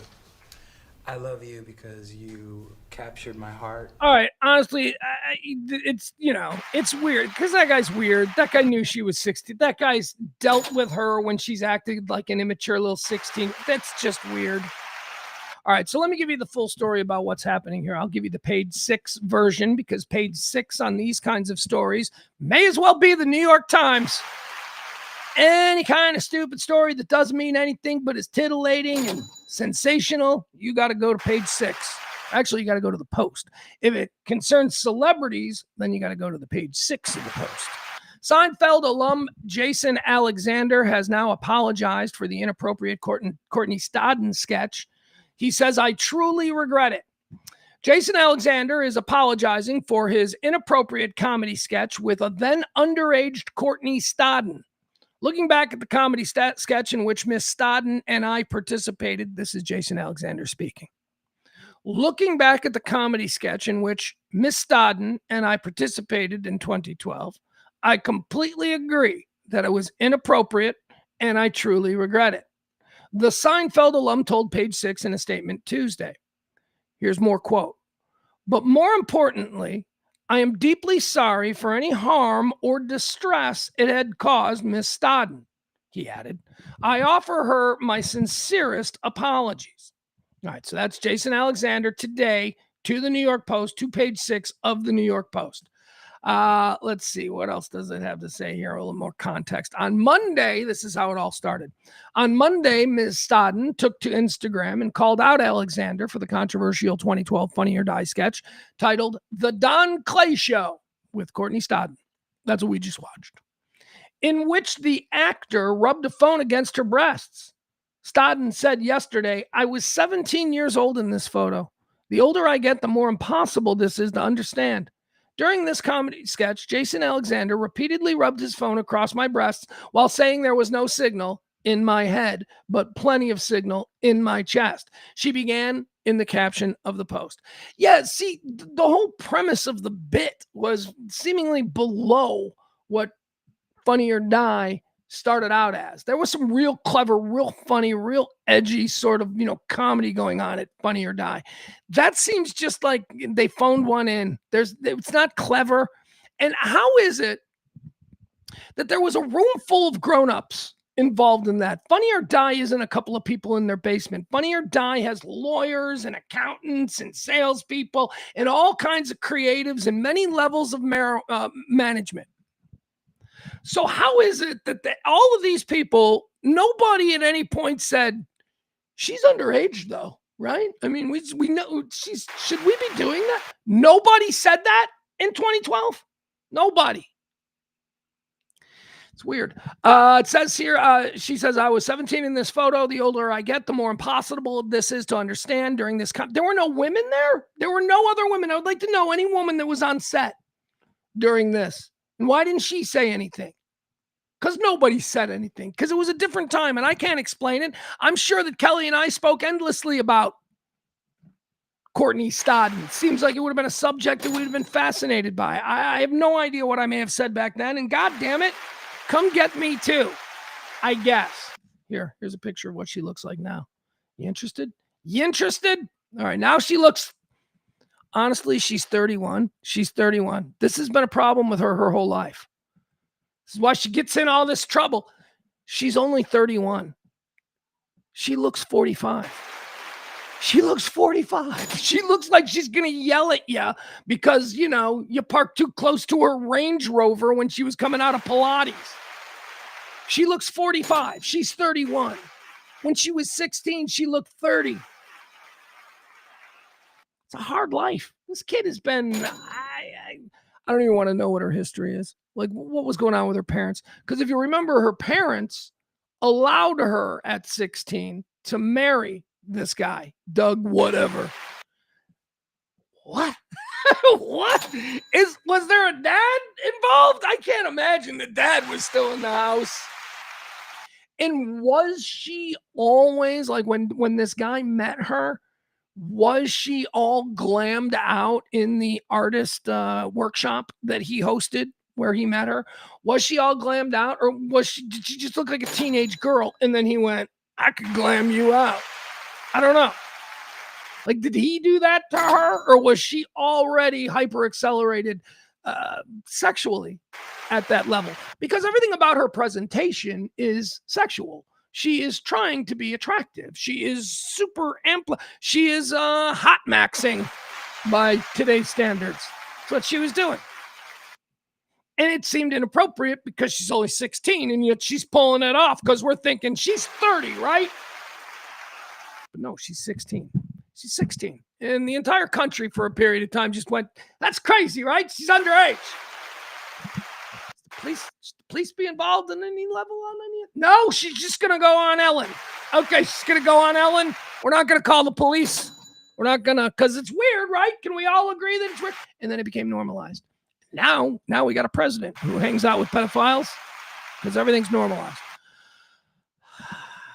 All right, let's see. What else? What else do we have on this story? Jason Alexander. Oh, wait, there's more stories. Oh, God. Okay, she's 31, so I'm perfectly comfortable. Here we go. There she is. All right. Hubba hubba. She's hot. She's still hot. That's 31. Look at her, Courtney Stodden. That she looks 40. 31 looking 40. This here is 31 looking 45. That's hot. She's still hot. Of course she's hot. Whatever. Stodden, now 31, said that she doesn't see the sketch as comedy. Looking back on it 14 years later, she recalled being the only child in the room, and she was feeling all alone.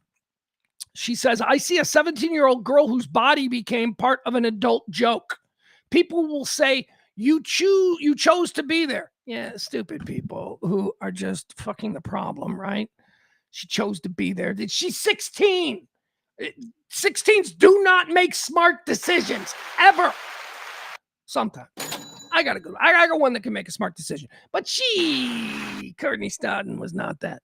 She says, I see a 17-year-old girl whose body became part of an adult joke. People still say, you chose to be there. Legally, I couldn't make those decisions for myself, she says. And that's true. She could not sign into any entertainment contracts. That's why she got to get married to that creeper guy. The creeper guy signed all the deals.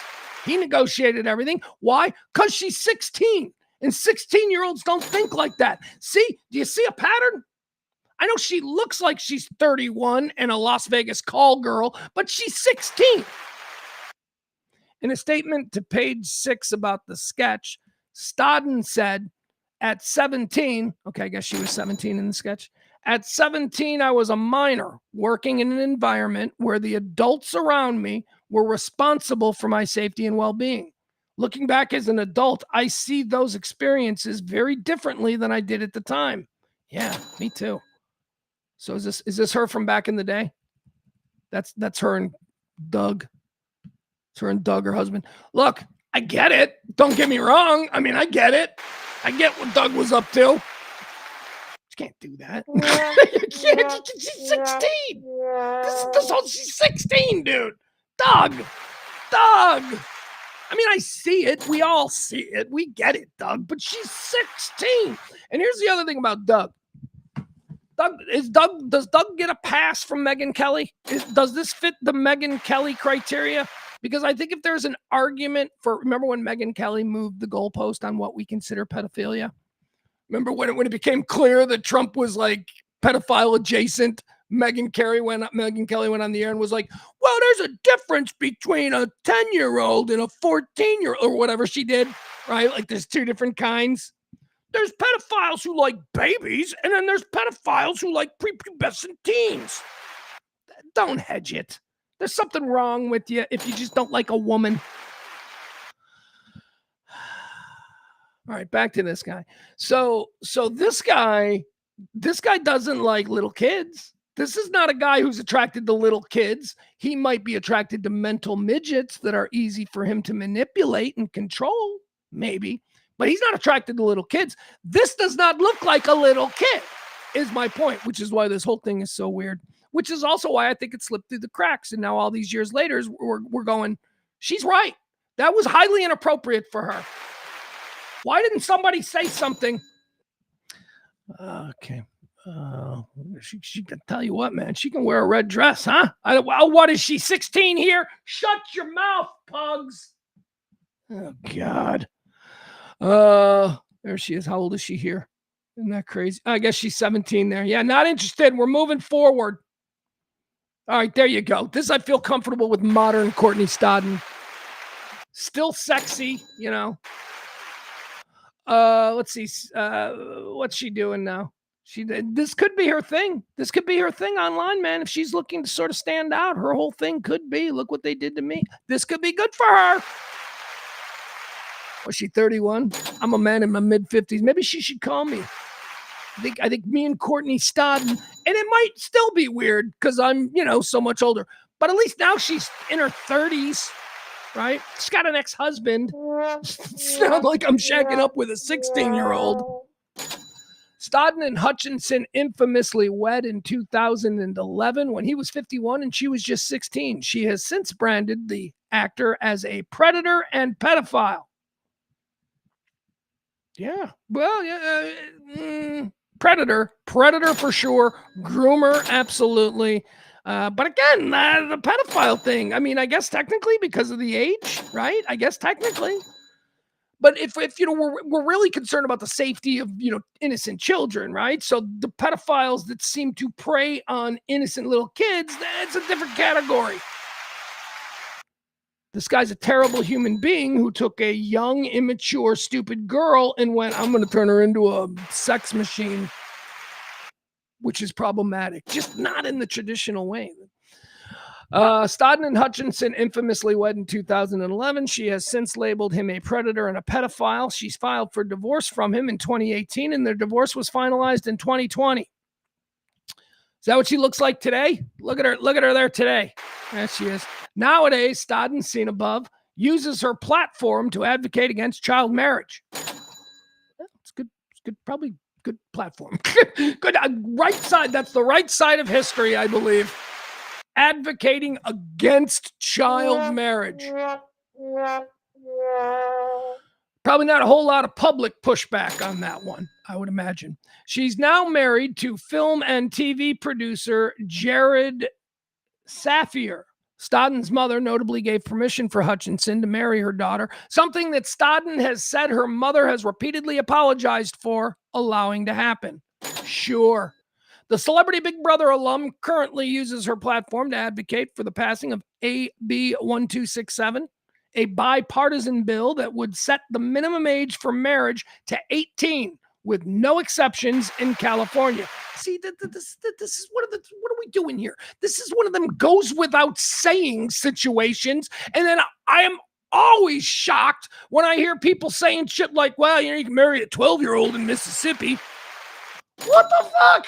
We can't have a goes without saying policy where you got to be 18 to be married. We can't do this. It's not pioneer days anymore. We don't need to start cranking out the next generation to tend to the fields.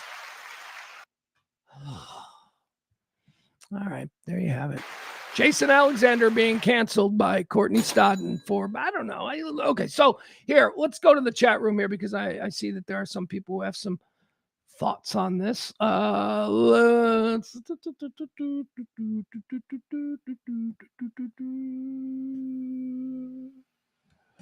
all right, let's see here. All right, we'll start with Adam. He's always good at stirring the pot. He says, is it regrettable for George Costanza? Yes. Is it creepy? Yes. Should he and will he be canceled? You can't cancel something that I think is pretty much already canceled. I don't know what kind of career George Costanza or, I'm sorry, Jason Alexander is enjoying, but, you know, probably he just wants this to go. I'm sure that he can live a nice life. He's got money, right? He doesn't have big money. He doesn't have Jerry or Julia Louis money. But he's got good money. He's got better than Newman money. But he doesn't have a lot of money, but he's rich. He's a rich guy. He doesn't need to work anymore. He's George Costanza. I just don't think he's hot or necessarily someone that you see with any regularity. It's not like he's just done a bunch of really interesting small parts over the last 20 years and you can name them. Remember when he played the postman? And no, you can't. I don't ever see him anywhere. It's too bad because he's pretty great. Pretty great as George Costanza. Adam also says, reading the Instagram post, he says that Courtney Stodden, is placing the blame on him, George Costanza, and not her husband, maybe ex-husband. Don't know what happened to him. That's because the person who wrote the sketch isn't famous, and she can't make an Instagram post about somebody who's not famous and expect it to get any traction. So she was luckily served up Jason Alexander, who was right there in the sketch. He may not have written it, but he's right there in the sketch. He's performing the sketch seemingly willingly, and he is doing something incredibly uncomfortable with the 16-year-old's boobs.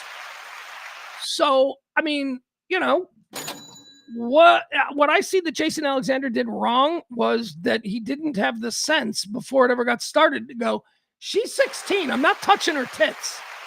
And you're going to film it? The fuck?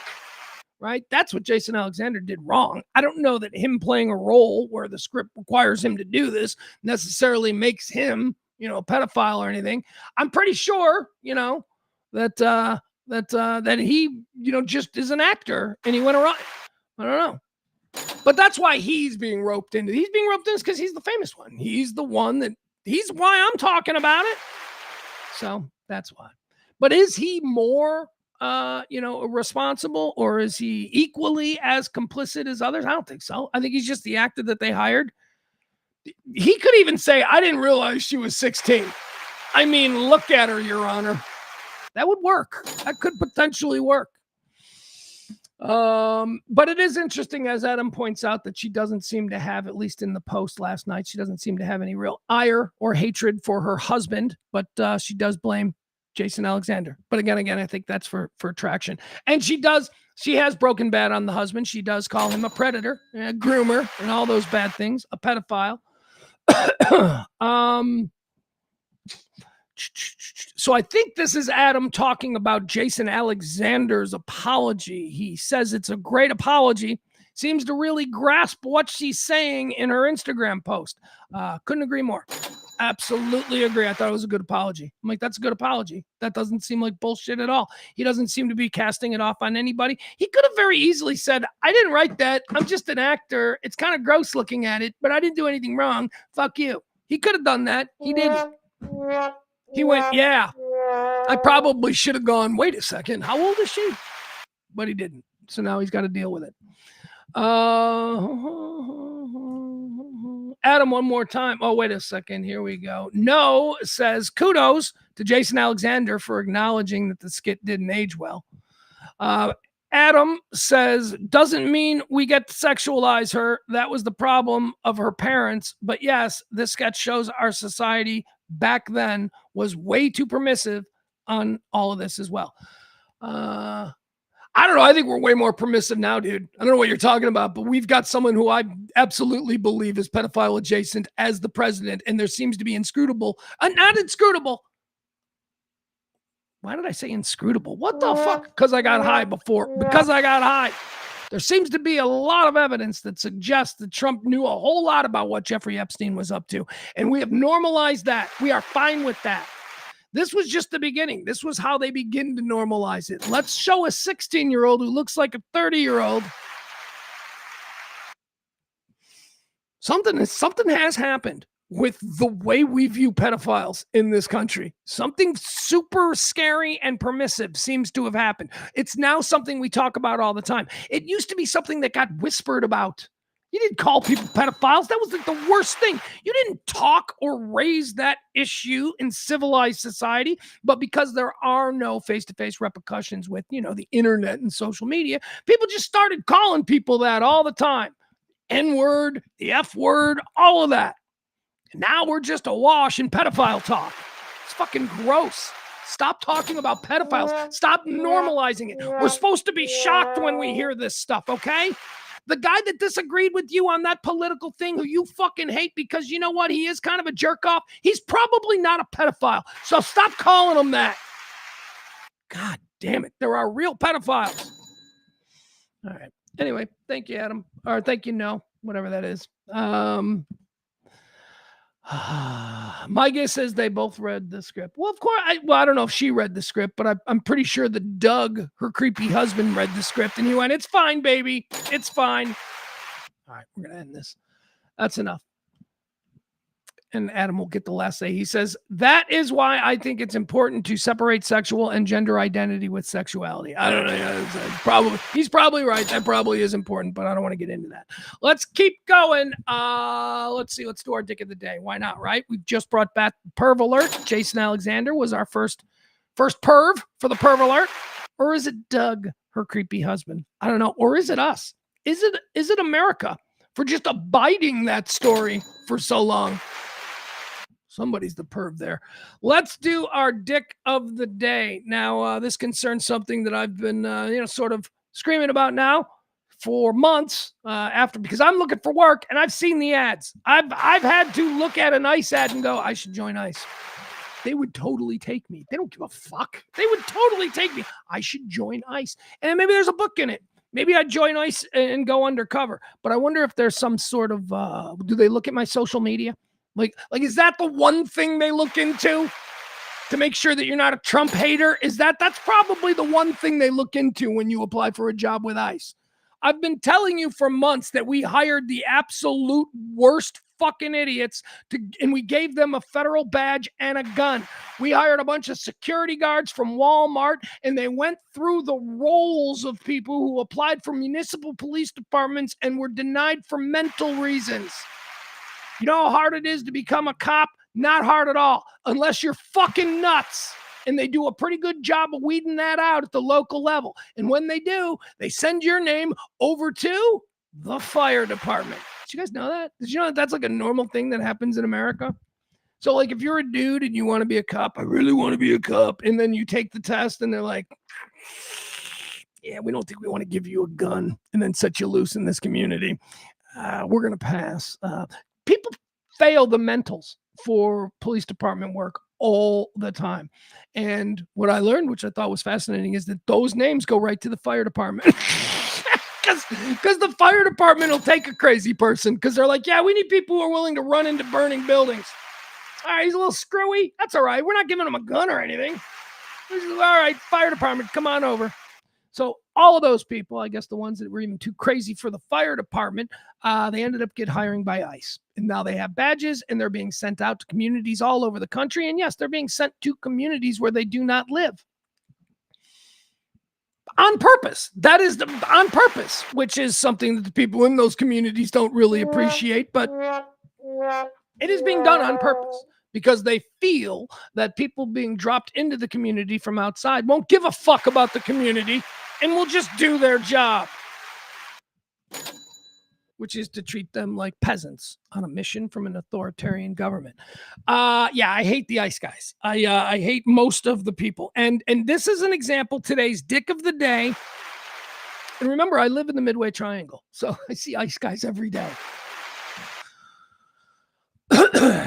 So this is our dick of the day. This is the guy from Maine. Remember we had the shooting in Houston, and then we had the ICE shooting in Maine. This is the guy from Maine. We played a little bit of wife who came forward last week saying, I don't know how they gave this guy a gun. He's got well-established mental problems. It's been in both divorces, right? Doesn't he have 2 divorces or something? This has been an issue. Well, now, one of the ex-wives, I'm not sure which one, because 2 of them have come forward now going, yeah, he's a fucking lunatic. I've got 2 ex-wives. We're good. We're good. I don't think that either of them would go, he's a fucking lunatic. I a little quirky, there's a reason that we're exes, but not. I want you to listen to this. This is today's dick of the day. This is the guy who lost his cool and shot the guy in Maine. Let's listen. Let's see if he sounds like somebody we should have entrusted with a badge, a federal badge, and a gun. Can we be better, please? Here we are. Every single female in your bloodline is nothing but a disgusting fat. And all of you should have your throat cut. Okay, that's him to his ex-wife. Every female in your bloodline is a fat fucking something, and you should have your throats cut. One more time. Let's listen to this. One more time. This federal agent, this guy who's being dropped into communities, he doesn't have any issues. He's not a fucking jerk off who doesn't know where the line is. No. Every single female in your bloodline is nothing but a disgusting fat. And all of you should have your throat cut. All right, there you go. Every single one of you should have your throat cut. That's somebody who was deemed qualified to be giving a federal badge and a gun and then dropped in a community 1,000 miles from wherever the fuck this miscreant is from. As I said, I've been in some pretty ugly relationships. We've gotten into some fights. That is not something that a normal person says. That is not something that a mentally balanced and in control person says, and certainly not in that tone. If I'm going to say something like that, I'm going to be screaming it because I just lost my shit. And when it's done, I'm going to say, well, that was wild. I didn't mean any of that. This guy is in control. This is how he speaks to someone that he once loved. Talking about how he believes that everybody in his family should have their fucking throats slit. This guy is not qualified to be an ICE agent. He is not qualified to carry a badge or be given a gun. He is today's dick of the day. Jesus, let's put this guy in jail. He deserves to be in jail, just like all of them. All of the idiot thugs. This isn't the first time this happened. Do you know the cliche of the Irish police officer? Like whether it's Chief O'Hara in Batman or any movies from the 20s or 30s that had a highly corrupt policeman. He was always an Irishman. Do you know why that is a thing? You know where that trope comes from? Because we didn't always have police departments in our big cities. The earliest police departments were nothing more than a collection of thugs, drunks, and goons who were paid by a wealthy man to maintain some form of order. And in big American cities, back at the time when this practice became a way of, policing, the earliest form of policing, they went to bars and they hired a bunch of drunken Irish immigrant thugs. They gave them batons, they gave them some form of authority, and that is why the Irish cop became a thing. That's exactly what's happening with ICE. They went and they hired the goons, the guys who could be, triggered into, bashing some fucking heads. You would think we'd have learned something between like 1880 and 2026, but no, this is what we have. Today's dick of the day, another unqualified piece of shit who's running around America harassing people in a community he doesn't belong in. Let's do 3 videos. What do you say? Let's do 3 videos. Let's have some fun. 3 videos. Oh, God. This is not good. Actually, this is... Well, we'll start with this one. I don't know much about this Hunter Biden guy. I know that he's been pretty effectively branded by the right. Over the years, the left doesn't seem to have gone to too much trouble to defend him from the branding of the right? But, Hunter Biden, right? Well, this guy is apparently he's trying to take control of the narrative as it surrounds him, and he's doing an interview with anybody that'll listen. And he said something really interesting the other day, and I don't know, thought it was interesting. Here is Hunter Biden. I don't know what show he's on. I think he's on that show with that liberal lady. And there's only one. There's like a million right-wing shows. Like if I said, I think you're on that show with that conservative lady, that could be any one of a million, but this is the liberal lady, and there's pretty much only one of her. She's got the big nose and the blonde hair, and suddenly she's really influential, and I'm like, I don't even know her. I don't know who that is. She's not influential. It's like this Hassan Piker. Maddie's like, Hassan Piker, like he's famous. I'm like, there's nobody in my universe who knows who that is. It's not. We know who Jake Tapper is. We don't. Hassan Piker. I get it. It's like you got to be 16, 17. You got to live your life online. I'm not there. I'm still living with the normal peasant working class. I don't know no Hassan Piker, and I don't know who this woman is who Hunter Biden opened up to about Lindsey Graham. Here we go. This is the first of 3 videos. Hunter Biden talking about how he's known Lindsey Graham his whole life. Lindsey and, of course, his dad, Joe, they were senators for a very long time together. Here's Hunter Biden talking to a woman, the liberal woman, talking to the liberal woman about Lindsey Graham. Everybody knows there is like this closeted gay mafia, largely Republican, that exist in Washington, D.C., and everybody knows every single one of them who's gay. And so it's and what I believe, the only reason that is relevant is because I believe that internal conflict creates so much vitriol inside a person that they take it out on the rest of the world. And they do. And so what they do is their whole lives, they've been closeted. And so you have this like black ball inside yourself, this like blackened heart by the fact that you can't be who you want to be. And so you take it out on everybody else. And these men, largely men, have done exactly that. Mm-hmm. And everybody knows who they are. Everybody. Yeah. Yeah. Lindsey Graham. Yeah, of course. Yeah. Yeah. So have you seen? Hey, that's her. This woman. I don't know who this woman is. She's the liberal lady. Did I describe her right? She's got a big nose. She looks mean. She looks like she would yell at you for where you parked. Anyway, here's the mean liberal lady. Speaking of that, I say that Trump is now in his deathbed confession. But by the way, like for Lindsey Graham, like everybody knows that Lindsey Graham was gay. Right. And I don't like, I don't have I really had, and I liked Lindsey Graham when I was a kid, but everybody knew that he was gay. Right. And, but we still kind of like talk about it on like CNN, like, well, then the only reason it's relevant is because of the fact that they seem to do everything that they possibly can to take out their inability to know and live their true life on everybody else. All right, so talking about what we all have known, Lindsey Graham is gay, and now we can more openly talk about it. It is one of those things that everybody seemed to have known for years and years. No confirmation, like he never came out and went, I am gay. No, but I mean, he's obviously. Well, anyway, Lindsey Graham, I do believe, was a gay man. But that issue is something that I've sort of been talking about here.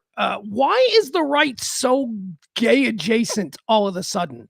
Whether it's Andrew Tate cross-dressing, Vance wearing, eyeliner, President Trump, we're wearing all of this powder and makeup, the vanity, the womanly vanity of the MAGA men is incredible. And it is, bespeaks some closeting. So anyway, as to what he was talking about there, Hunter Biden, there's a whole shit ton. The number is over 50. They believe that there is over 50 members of the Republican Congress, whether it's Congress and Senate, that's combined, upper and lower house. There's over 50 members who are closeted gay. Not so much in the Democratic Party. You know why? Because those people are allowed to be gay. The ones over there, they can be free. They can live their lives. They can be, this is who I am.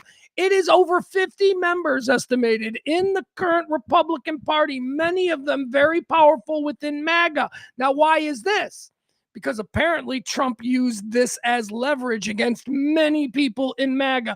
People who you can't believe are actually, now MAGA. Lindsey Graham. Lindsey Graham was never MAGA. Lindsey Graham is all over the place on record with all of this stuff about, Donald Trump is terrible and blah, blah, blah. Donald Trump famously gave out Lindsey Graham's phone number at a press stump. And now, Lindsey Graham died sucking Trump's balls. Why? Because compromat. That's right. The cool ass Russian protocol of compromat, where you use years and years of research into somebody's illicit life, use it against them when you need them. And Trump did that. Trump is believed to have done that with a whole bunch of people. Look at you, J.D. Vance. Remember J.D. Vance when J.D. Vance was all about Trump is a Nazi? And now he's running around with his eye makeup on, negotiating peace deals in the Middle East as the vice president of the United States. Anyway, there are a whole bunch of you fruits running around MAGA and hanging out in the right. Way more. And again, Lindsey Graham is just, the most obvious one. But there's a whole bunch of dudes who are married. They got kids, but, they're gay on the side. And because they're Republican, they can't come out and live their lives. Meanwhile, over the Democrats, they're happy. They're all gay. They're doing it. They're all holes are open over there, if you will. Doesn't matter. It doesn't matter. It's just the kind of thing that should bother you when you are electing people who are not living their real lives. They're not their authentic selves. You ever known anybody who's been closeted? I haven't. Not with any there are people who I have known who were married with families. I'm thinking of two people in particular, one man, one woman, actually, who I'm like, yeah, but no. But yeah, no. No, I know he's married. Yeah, but no. I know he's married. He takes a lot of business trips, doesn't he? Yeah, I thought so. He's on the road half the year. Yeah. Very conservative. It's a very conservative thing. Poor conservatives, man. They're not allowed to be themselves. Not allowed. All holes are not open, at least not publicly. Privately, very much so, as we're talking about right here. Anyway, Hunter Biden out there talking about how there's an entire gay mafia within the Republican Party. He's right. He's absolutely right. Now, that's not to say that there's not something equally concerning going on over on the Democratic side. I'm sure there is. It's just not as front and center as the whole Republican. Seriously, didn't you ever ask yourself why? Why did all of these people like Lindsey Graham, never Trumpers and all that, why did so many of them, why are they now some of the most outspoken and supportive voices in MAGA? Compromat. He had shit on him. Wouldn't it be great if Trump like released everything that he had on Lindsey Graham now? He was like, let me tell you about Lindsey Graham. He was gay and it's sad that he couldn't live his life that way. Trump could do that in an attempt to maybe make amends with the gay community. He don't want to do that. He don't want to do that. You don't want to do that. All right, that's the first video. All right, here's a weird one. This is an Uber driver. Did you see this? This is, we're going to talk about this. We're going to watch this video. This is a woman. This comes to us from the New York Post. They posted this. This is a woman. It looks like she's an Uber driver in New York City. She picks up a tourist. The tourist starts talking to her. He's a foreigner. She's a foreigner. They're all foreigners. Anyway, he starts talking to her and he makes her an offer. And let's just watch this, okay? Why not? Here we go. Live from New York. It's Uber. Do something exciting for me. Like what? All right, so he says it's going to be hard for you to hear. So he says, you want to do something exciting for me? And she goes, like what? Do you like? Huh? Do you like to do something for me? Do you like to do something to me? I don't understand. Relationship. Relationship. Yeah. Relationship. Wow. All right, he's in the back seat of the Uber. She's fine. She's cute, right? She seems nice. Whatever. He's shooting his shot. I just, I told you about my friend years ago who shot a shot. He shot a crazy shot from half court with Cindy Crawford. He saw Cindy Crawford. He's like, I'm going to ask her out. And he did. And she said no, but he did. That's Cindy Crawford. This dude is shooting his shot with, I'm imagining this guy puts a lot up. This guy's probably constantly, let's keep watching. You want to do now? Now? Yeah. No, that's not called relationship. I give you 3,000. All right, here we go. $3,000 for a relationship. He is asking her for a relationship, and she is like, that's not a relationship. And he's like, I give you $3,000. Huh? I give you Got her attention. $3,000. Got $3,000 will get my attention. You have no idea what I would do for $3,000. Right now, $3,000 would change my life for the next 2 months. I would not have chest pains anymore. I would get caught up, and I would be able to have a fresh start. $3,000. And he's like, you want to have sex with me for $3,000? I'm like, you had me at. You were gonna pay me anything. The things I would do to you for $50, sir. 3,000. Give me 3,000. Yeah. Wow. You want? She's thinking about it. Good for her. She's thinking about it. Yeah, I said good for her. These are tough times, man. I'm not going to begrudge her something that I'm telling you that I would be down to clown on. $3,000? I'll blow you right now, motherfucker. I will. $3,000. Hard times. That's what he said. No. All right, maybe not $3,000. I would. I don't know. I might do some things for $3,000. She's thinking about it. She's thinking about it. And here's the other thing. She has an advantage here. We don't know what he looks like. Maybe he's all right. Like if he looks like me, like he's a big gross guy back there. You want $3,000? Maybe she's like, yeah, 7. Let's start the bidding at 7. But we don't know what he looks like. He might be all right. No way. No way this guy's fuckable, right? No way. Just listen, there's no way. Why? I don't want. She don't want for $3,000. To do what? 3,000. All right, now okay, she's interested. She's like $3,000. How much? Wait, what do I need to do for this $3,000? She's not saying. She's not. She's negotiating. She's negotiating. You know, the Asian people are said to be great negotiators. To just, huh? To just accept relationship and then you give me 3,000. All right, she's like, all right, what if we just say we're friends and you give me 3,000? Huh? Why not? She's got a counter with that. You know, this is how you negotiate. He wants sex for 3,000, and she's saying, how about just friendship for 3,000? Now let the negotiations begin. He wants to kiss and F, right? That's what he wants. That's what he's expecting from whatever this negotiation yields. Relationship and then you give me 3,000. Oh. Kids and Yeah. How much do you want? huh? How much do you want? How much you can go? All right, how much can you go? All right, good for you, young lady. Good for you. I say good for you. I say good for you in 2026. She's not going to have this job much longer. It's going to be like a satellite-driven drone car. Get your money where you can. She's thinking about it. She's totally thinking about it. She's like, how much money you got? 4,000. 4,000. Yeah. Look at her. She's laughing. She just watched this negotiation up the initial offering $1,000. She raised the price a full third. All right, so that's it. That's it. She laughs. She giggles at the 4,000 and looks away. And then because that's how these things work, that's where the video ends. What do you think? You think she did it?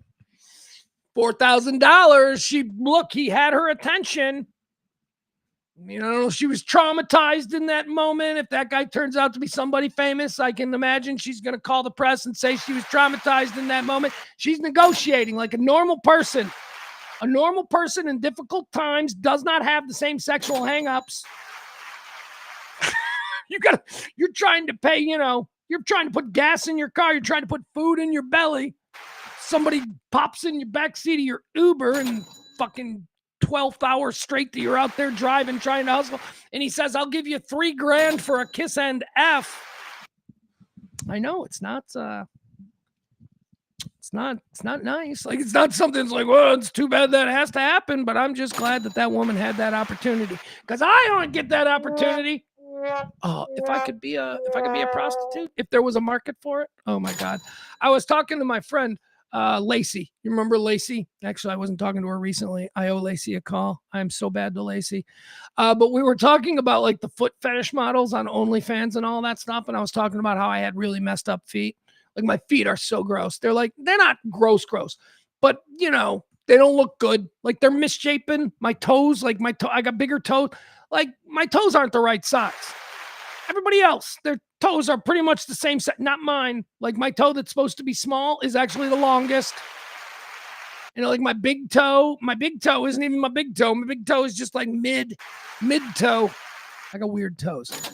So Lacey told me that I might be able to make some money off that on OnlyFans. Fucked up feet. Look at me. I'd totally be willing to do that. Totally fucked up feet. That's got to be a thing. Although it's probably not even OnlyFans, right? Like I would have to go to some like underground dark web thing for where, fucked up feet people live. I'd have to find them. Could you imagine all of a sudden I'm like, because look, if they're into like weird feet, I might be able to exploit that. All right, there we go. That's video number 2. The first video was Hunter Biden revealing this thing that we've all pretty much expected to hear about someday, which is this vast homosexual closeted Republican cabal. I don't even know if it's led by Lindsey Graham. Then we just heard the Uber driver be propositioned, and she was thinking about it. All right, here's the last one. This one I just wanted to soak because, any opportunity I get to humiliate the future convict in chief. I should say inmate in chief. So this was during the World Cup. You guys saw this, right? So the World Cup, the team, they get on a stage. There's a stage designed for the World Cup champion. It's a big deal. Spain is up there. They're enjoying this. They're loving the moment. President of the United States, for some reason, thinks he belongs up there. Did you see these pictures? The President of the United States, the official picture of the World Cup, the Spanish World Cup, holding their trophy, has Donald Trump standing in the middle of it. Like, they don't fucking want that, you narcissist.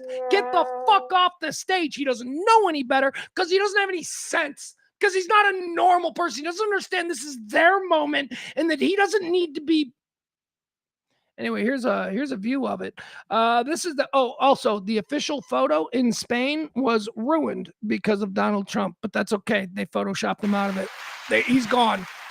So the official photo that appears on the front page of all the Spanish and all the Spanish newspapers and all that they don't have Trump. They moved him out. Anyway, this is us getting a look at the president of FIFA moving Trump out of the way because Trump didn't realize that this was not how it's done. And the guy who runs FIFA does. So here it is. This is kind of a full, I don't know, maybe from the 300 level view of what it looked like on stage. This is Trump standing in front. They're getting their official photo taken. And you'll see the guy from FIFA lead Trump away as if to say, you don't belong here, Mr. President. Now here he comes. Look at this guy. They sent this guy out there. Don't get him off the stage. The World Cup is bigger than him. Get him off the stage. There you go. So now this is the FIFA guys. Like, Mr. President, you have to come over here. He's like, nah, I want to stay here with the winners. I want to be here with the win. And they're like, no. Look at him. He's trying to get him, and Trump's ignoring him. Trump's like, no, I belong with the winners. And they're like, no, you're just really stealing their thing. He's telling him to do it. It's happening again.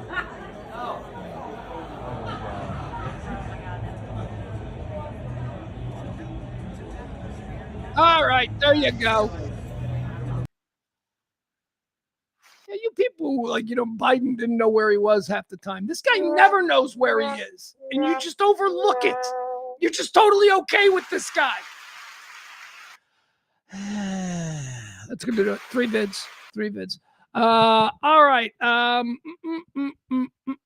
Let's do Can't Beat Fun at the Old Ballpark. I was going to do full coverage of the Village People funeral. There was a funeral for a Village person.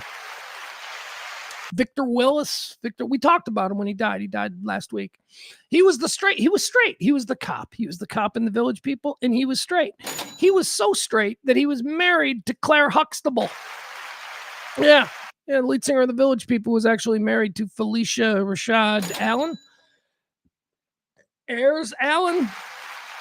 Did she have a bunch of names? Like she's Felicia Ayers Allen. Then she was Felicia Rashad Allen. And I don't know, whatever it is.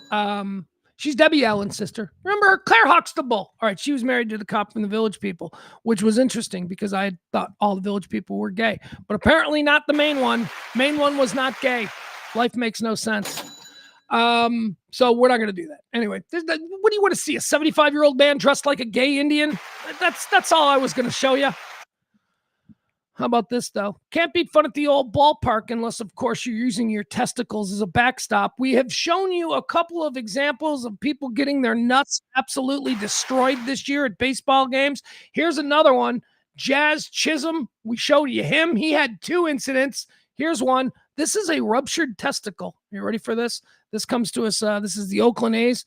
Look at this. A ruptured testicle. Rhoda Grauer swings on the first pitch and fouls it off of himself. He's still down. That might have caught him on the inner leg. Maybe even. It did not catch him on the inner leg. Higher. But it caught him higher. See here, Dallas. See, the problem with that, well, where do we begin, right? It's not even a ricochet off of anything after the bat. It is a direct carom off the bat. He got eat up inside. He hit it on the thin spot. The thin spot of the bat sent it like a rocket ship right into his nuts. Like, a lot of times he'll foul it off the plate and it'll bounce back up and hit him. No! This thing went full. We'll watch it again. Full on into his nuts. Caught him on the inner leg. Maybe even higher. But see here, Dallas. All right, here it goes. He's about to make. Oh, I see. I'm not even quick enough for it. See where it hits. Yeah, it's right. Hits him right here, right in the dick. He got hit right in the dick. Oh. Well, yeah, that'll hurt. He's still down. He's gonna be fine. You know, we can live with a ruptured testicle, but man, oh man, there you go. Can't beat fun at the old ballpark, unless, of course, you're suffering through a ruptured testicle. All right, here I wanted to show you this because this was pretty cool. This is an incident that occurred during a baseball game yesterday. This will be our second video today and Can't Beat Fun at the Old Ballpark. I know I usually just do one, but today we're going to do two because I thought this was interesting. I love homerism. Baseball is unlike NFL football, where you don't get a whole lot of homerism with the broadcast teams to call your favorite team because, it's almost always a regional game. Different teams, this week it'll be this guy calling it, and next week it'll be another guy calling it. That's football. But baseball, you got your home crew. You got your guy who maybe played for the team 20 years ago, and he's in there. And maybe you got your legendary local icon who's been calling your team, and he looks at everything from his team's perspective, your team's perspective. I like that. I enjoy that aspect of baseball, the homerism of the local broadcast team. Here's an incident that occurred yesterday. This is the Nationals and the Rockies. And we'll all see what happened, and you will hear two broadcast teams describe what happened two completely different ways. This is the beauty of homerism. Again, this comes to us. This is Rockies and Nationals. I believe this is last night. Here you go. Can't beat fun at the old ballpark. Let's watch how this. Again, we're listening to the Rockies broadcast team, and then we'll hear what the Nationals broadcast team has to say. Then we'll go back to the Rockies. I think it'll show you there on the screen, so be watching. Squared up again out to left center. Chasing after it is Carrig. He'll get there. Meade back to the bag at second. He'll tag. So a productive out for Chaparro. He's hit 3 baseballs well. And he's got. All right, so here, let me show you. This is the indiscretion, okay? Here he comes. He's just flied out, and he is making his way back to the dugout. He is going to touch the mound. He is going to run across the field, and he is going to run across the mound, which honestly, I've been watching baseball for years. Didn't know this was a thing. I played baseball. I didn't really know this was a thing, but apparently is a thing. It is a sign of disrespect. And so let's watch this again. Again, this is the flashpoint. He cut across the mound. The mound is not his. The mound is the pitcher's. And let's see what happened. And he's gotten Meade over to third with 1 out. Whoa, and what do we got here? Andres Chaparro and. All right, get off my fucking mound. Stay off my fucking mound is what the pitcher says to him as he traverses the field on his way back to the dugout. And he's gotten Meade over to third with 1 out. Whoa, and what do we got here? Andres Chaparro and Kyle Freeland coming together. And Kyle took exception to. All right, so these are the Rockies broadcasters. We're now hearing, as it says right here, the Rockies broadcasters. We're all seeing the same thing. Chaparro walking across his mound. That's a big no-no. No matter what level you're at, is a no-no. Things you learn. It's worst thing to the Rockies broadcast, huge no-no. You don't walk across the mound. It's one of the first things that you learn. This is a highly disrespectful act, and the Rockies are in the right to be reacting the way they are. This is the Rockies broadcast team's take on what just happened. Out of respect. It's like talking you're at is a no-no. The first things you learn. It's out of respect. It's like talking in somebody's swing when you're golfing. You just don't do it. A step onto. All right, now we're switching over to the Rockies broadcast, and they will now narrate what is happening. The dirt. Like talking in somebody's swing when you're golfing. You just don't do it. A step onto the dirt in the back is consistent with what you do throughout a game. That is the back part of the mound, and it's not more than 1 step. Sensitive much? Justin Lawrence, the former Rocky, faux wrestling out. Nationals calling the Rockies sensitive and what a pussy kind of thing to be upset about. Rockies calling the Nationals totally disrespectful. It's the first thing you learn. Totally Bush. There with one of his former teammates. Do you think Andres Chaparro hitting 3 balls hard against Kyle Freeland today, including a 3-run homer, factored it all into that? Yeah, after running across the mountain, just, asked, hi, how you doing? How's the family? All right. Yeah, we don't need to show anymore, but I think it's funny. We both saw that thing. I think the reasonable response to that is, you're not supposed to do that. I think he's playing a mental game. Let's move on. The pitcher took the bait. The pitcher had to defend the mound. Why? I don't know, because pitchers are fucked up. Pitchers are weird dudes. Mentally speaking, pitchers are weird. That's why like retired pitchers always get in trouble. They're always, they're always fighting with their wives. And so pitchers are mentally very nails. And little things, little indiscretions like that cause them to get the fuck off the mound. Oh, stop it. Stop it. Anyway, that's funny. All right, can't beat fun at the old ballpark. One more time, I want to thank everybody for joining me here today. We do this every day around about noon-ish since 2021. If you'd like to support this kind of venture, help us out so that we can continue doing talk radio for normal people, working class, all-American peasants. That's who we are.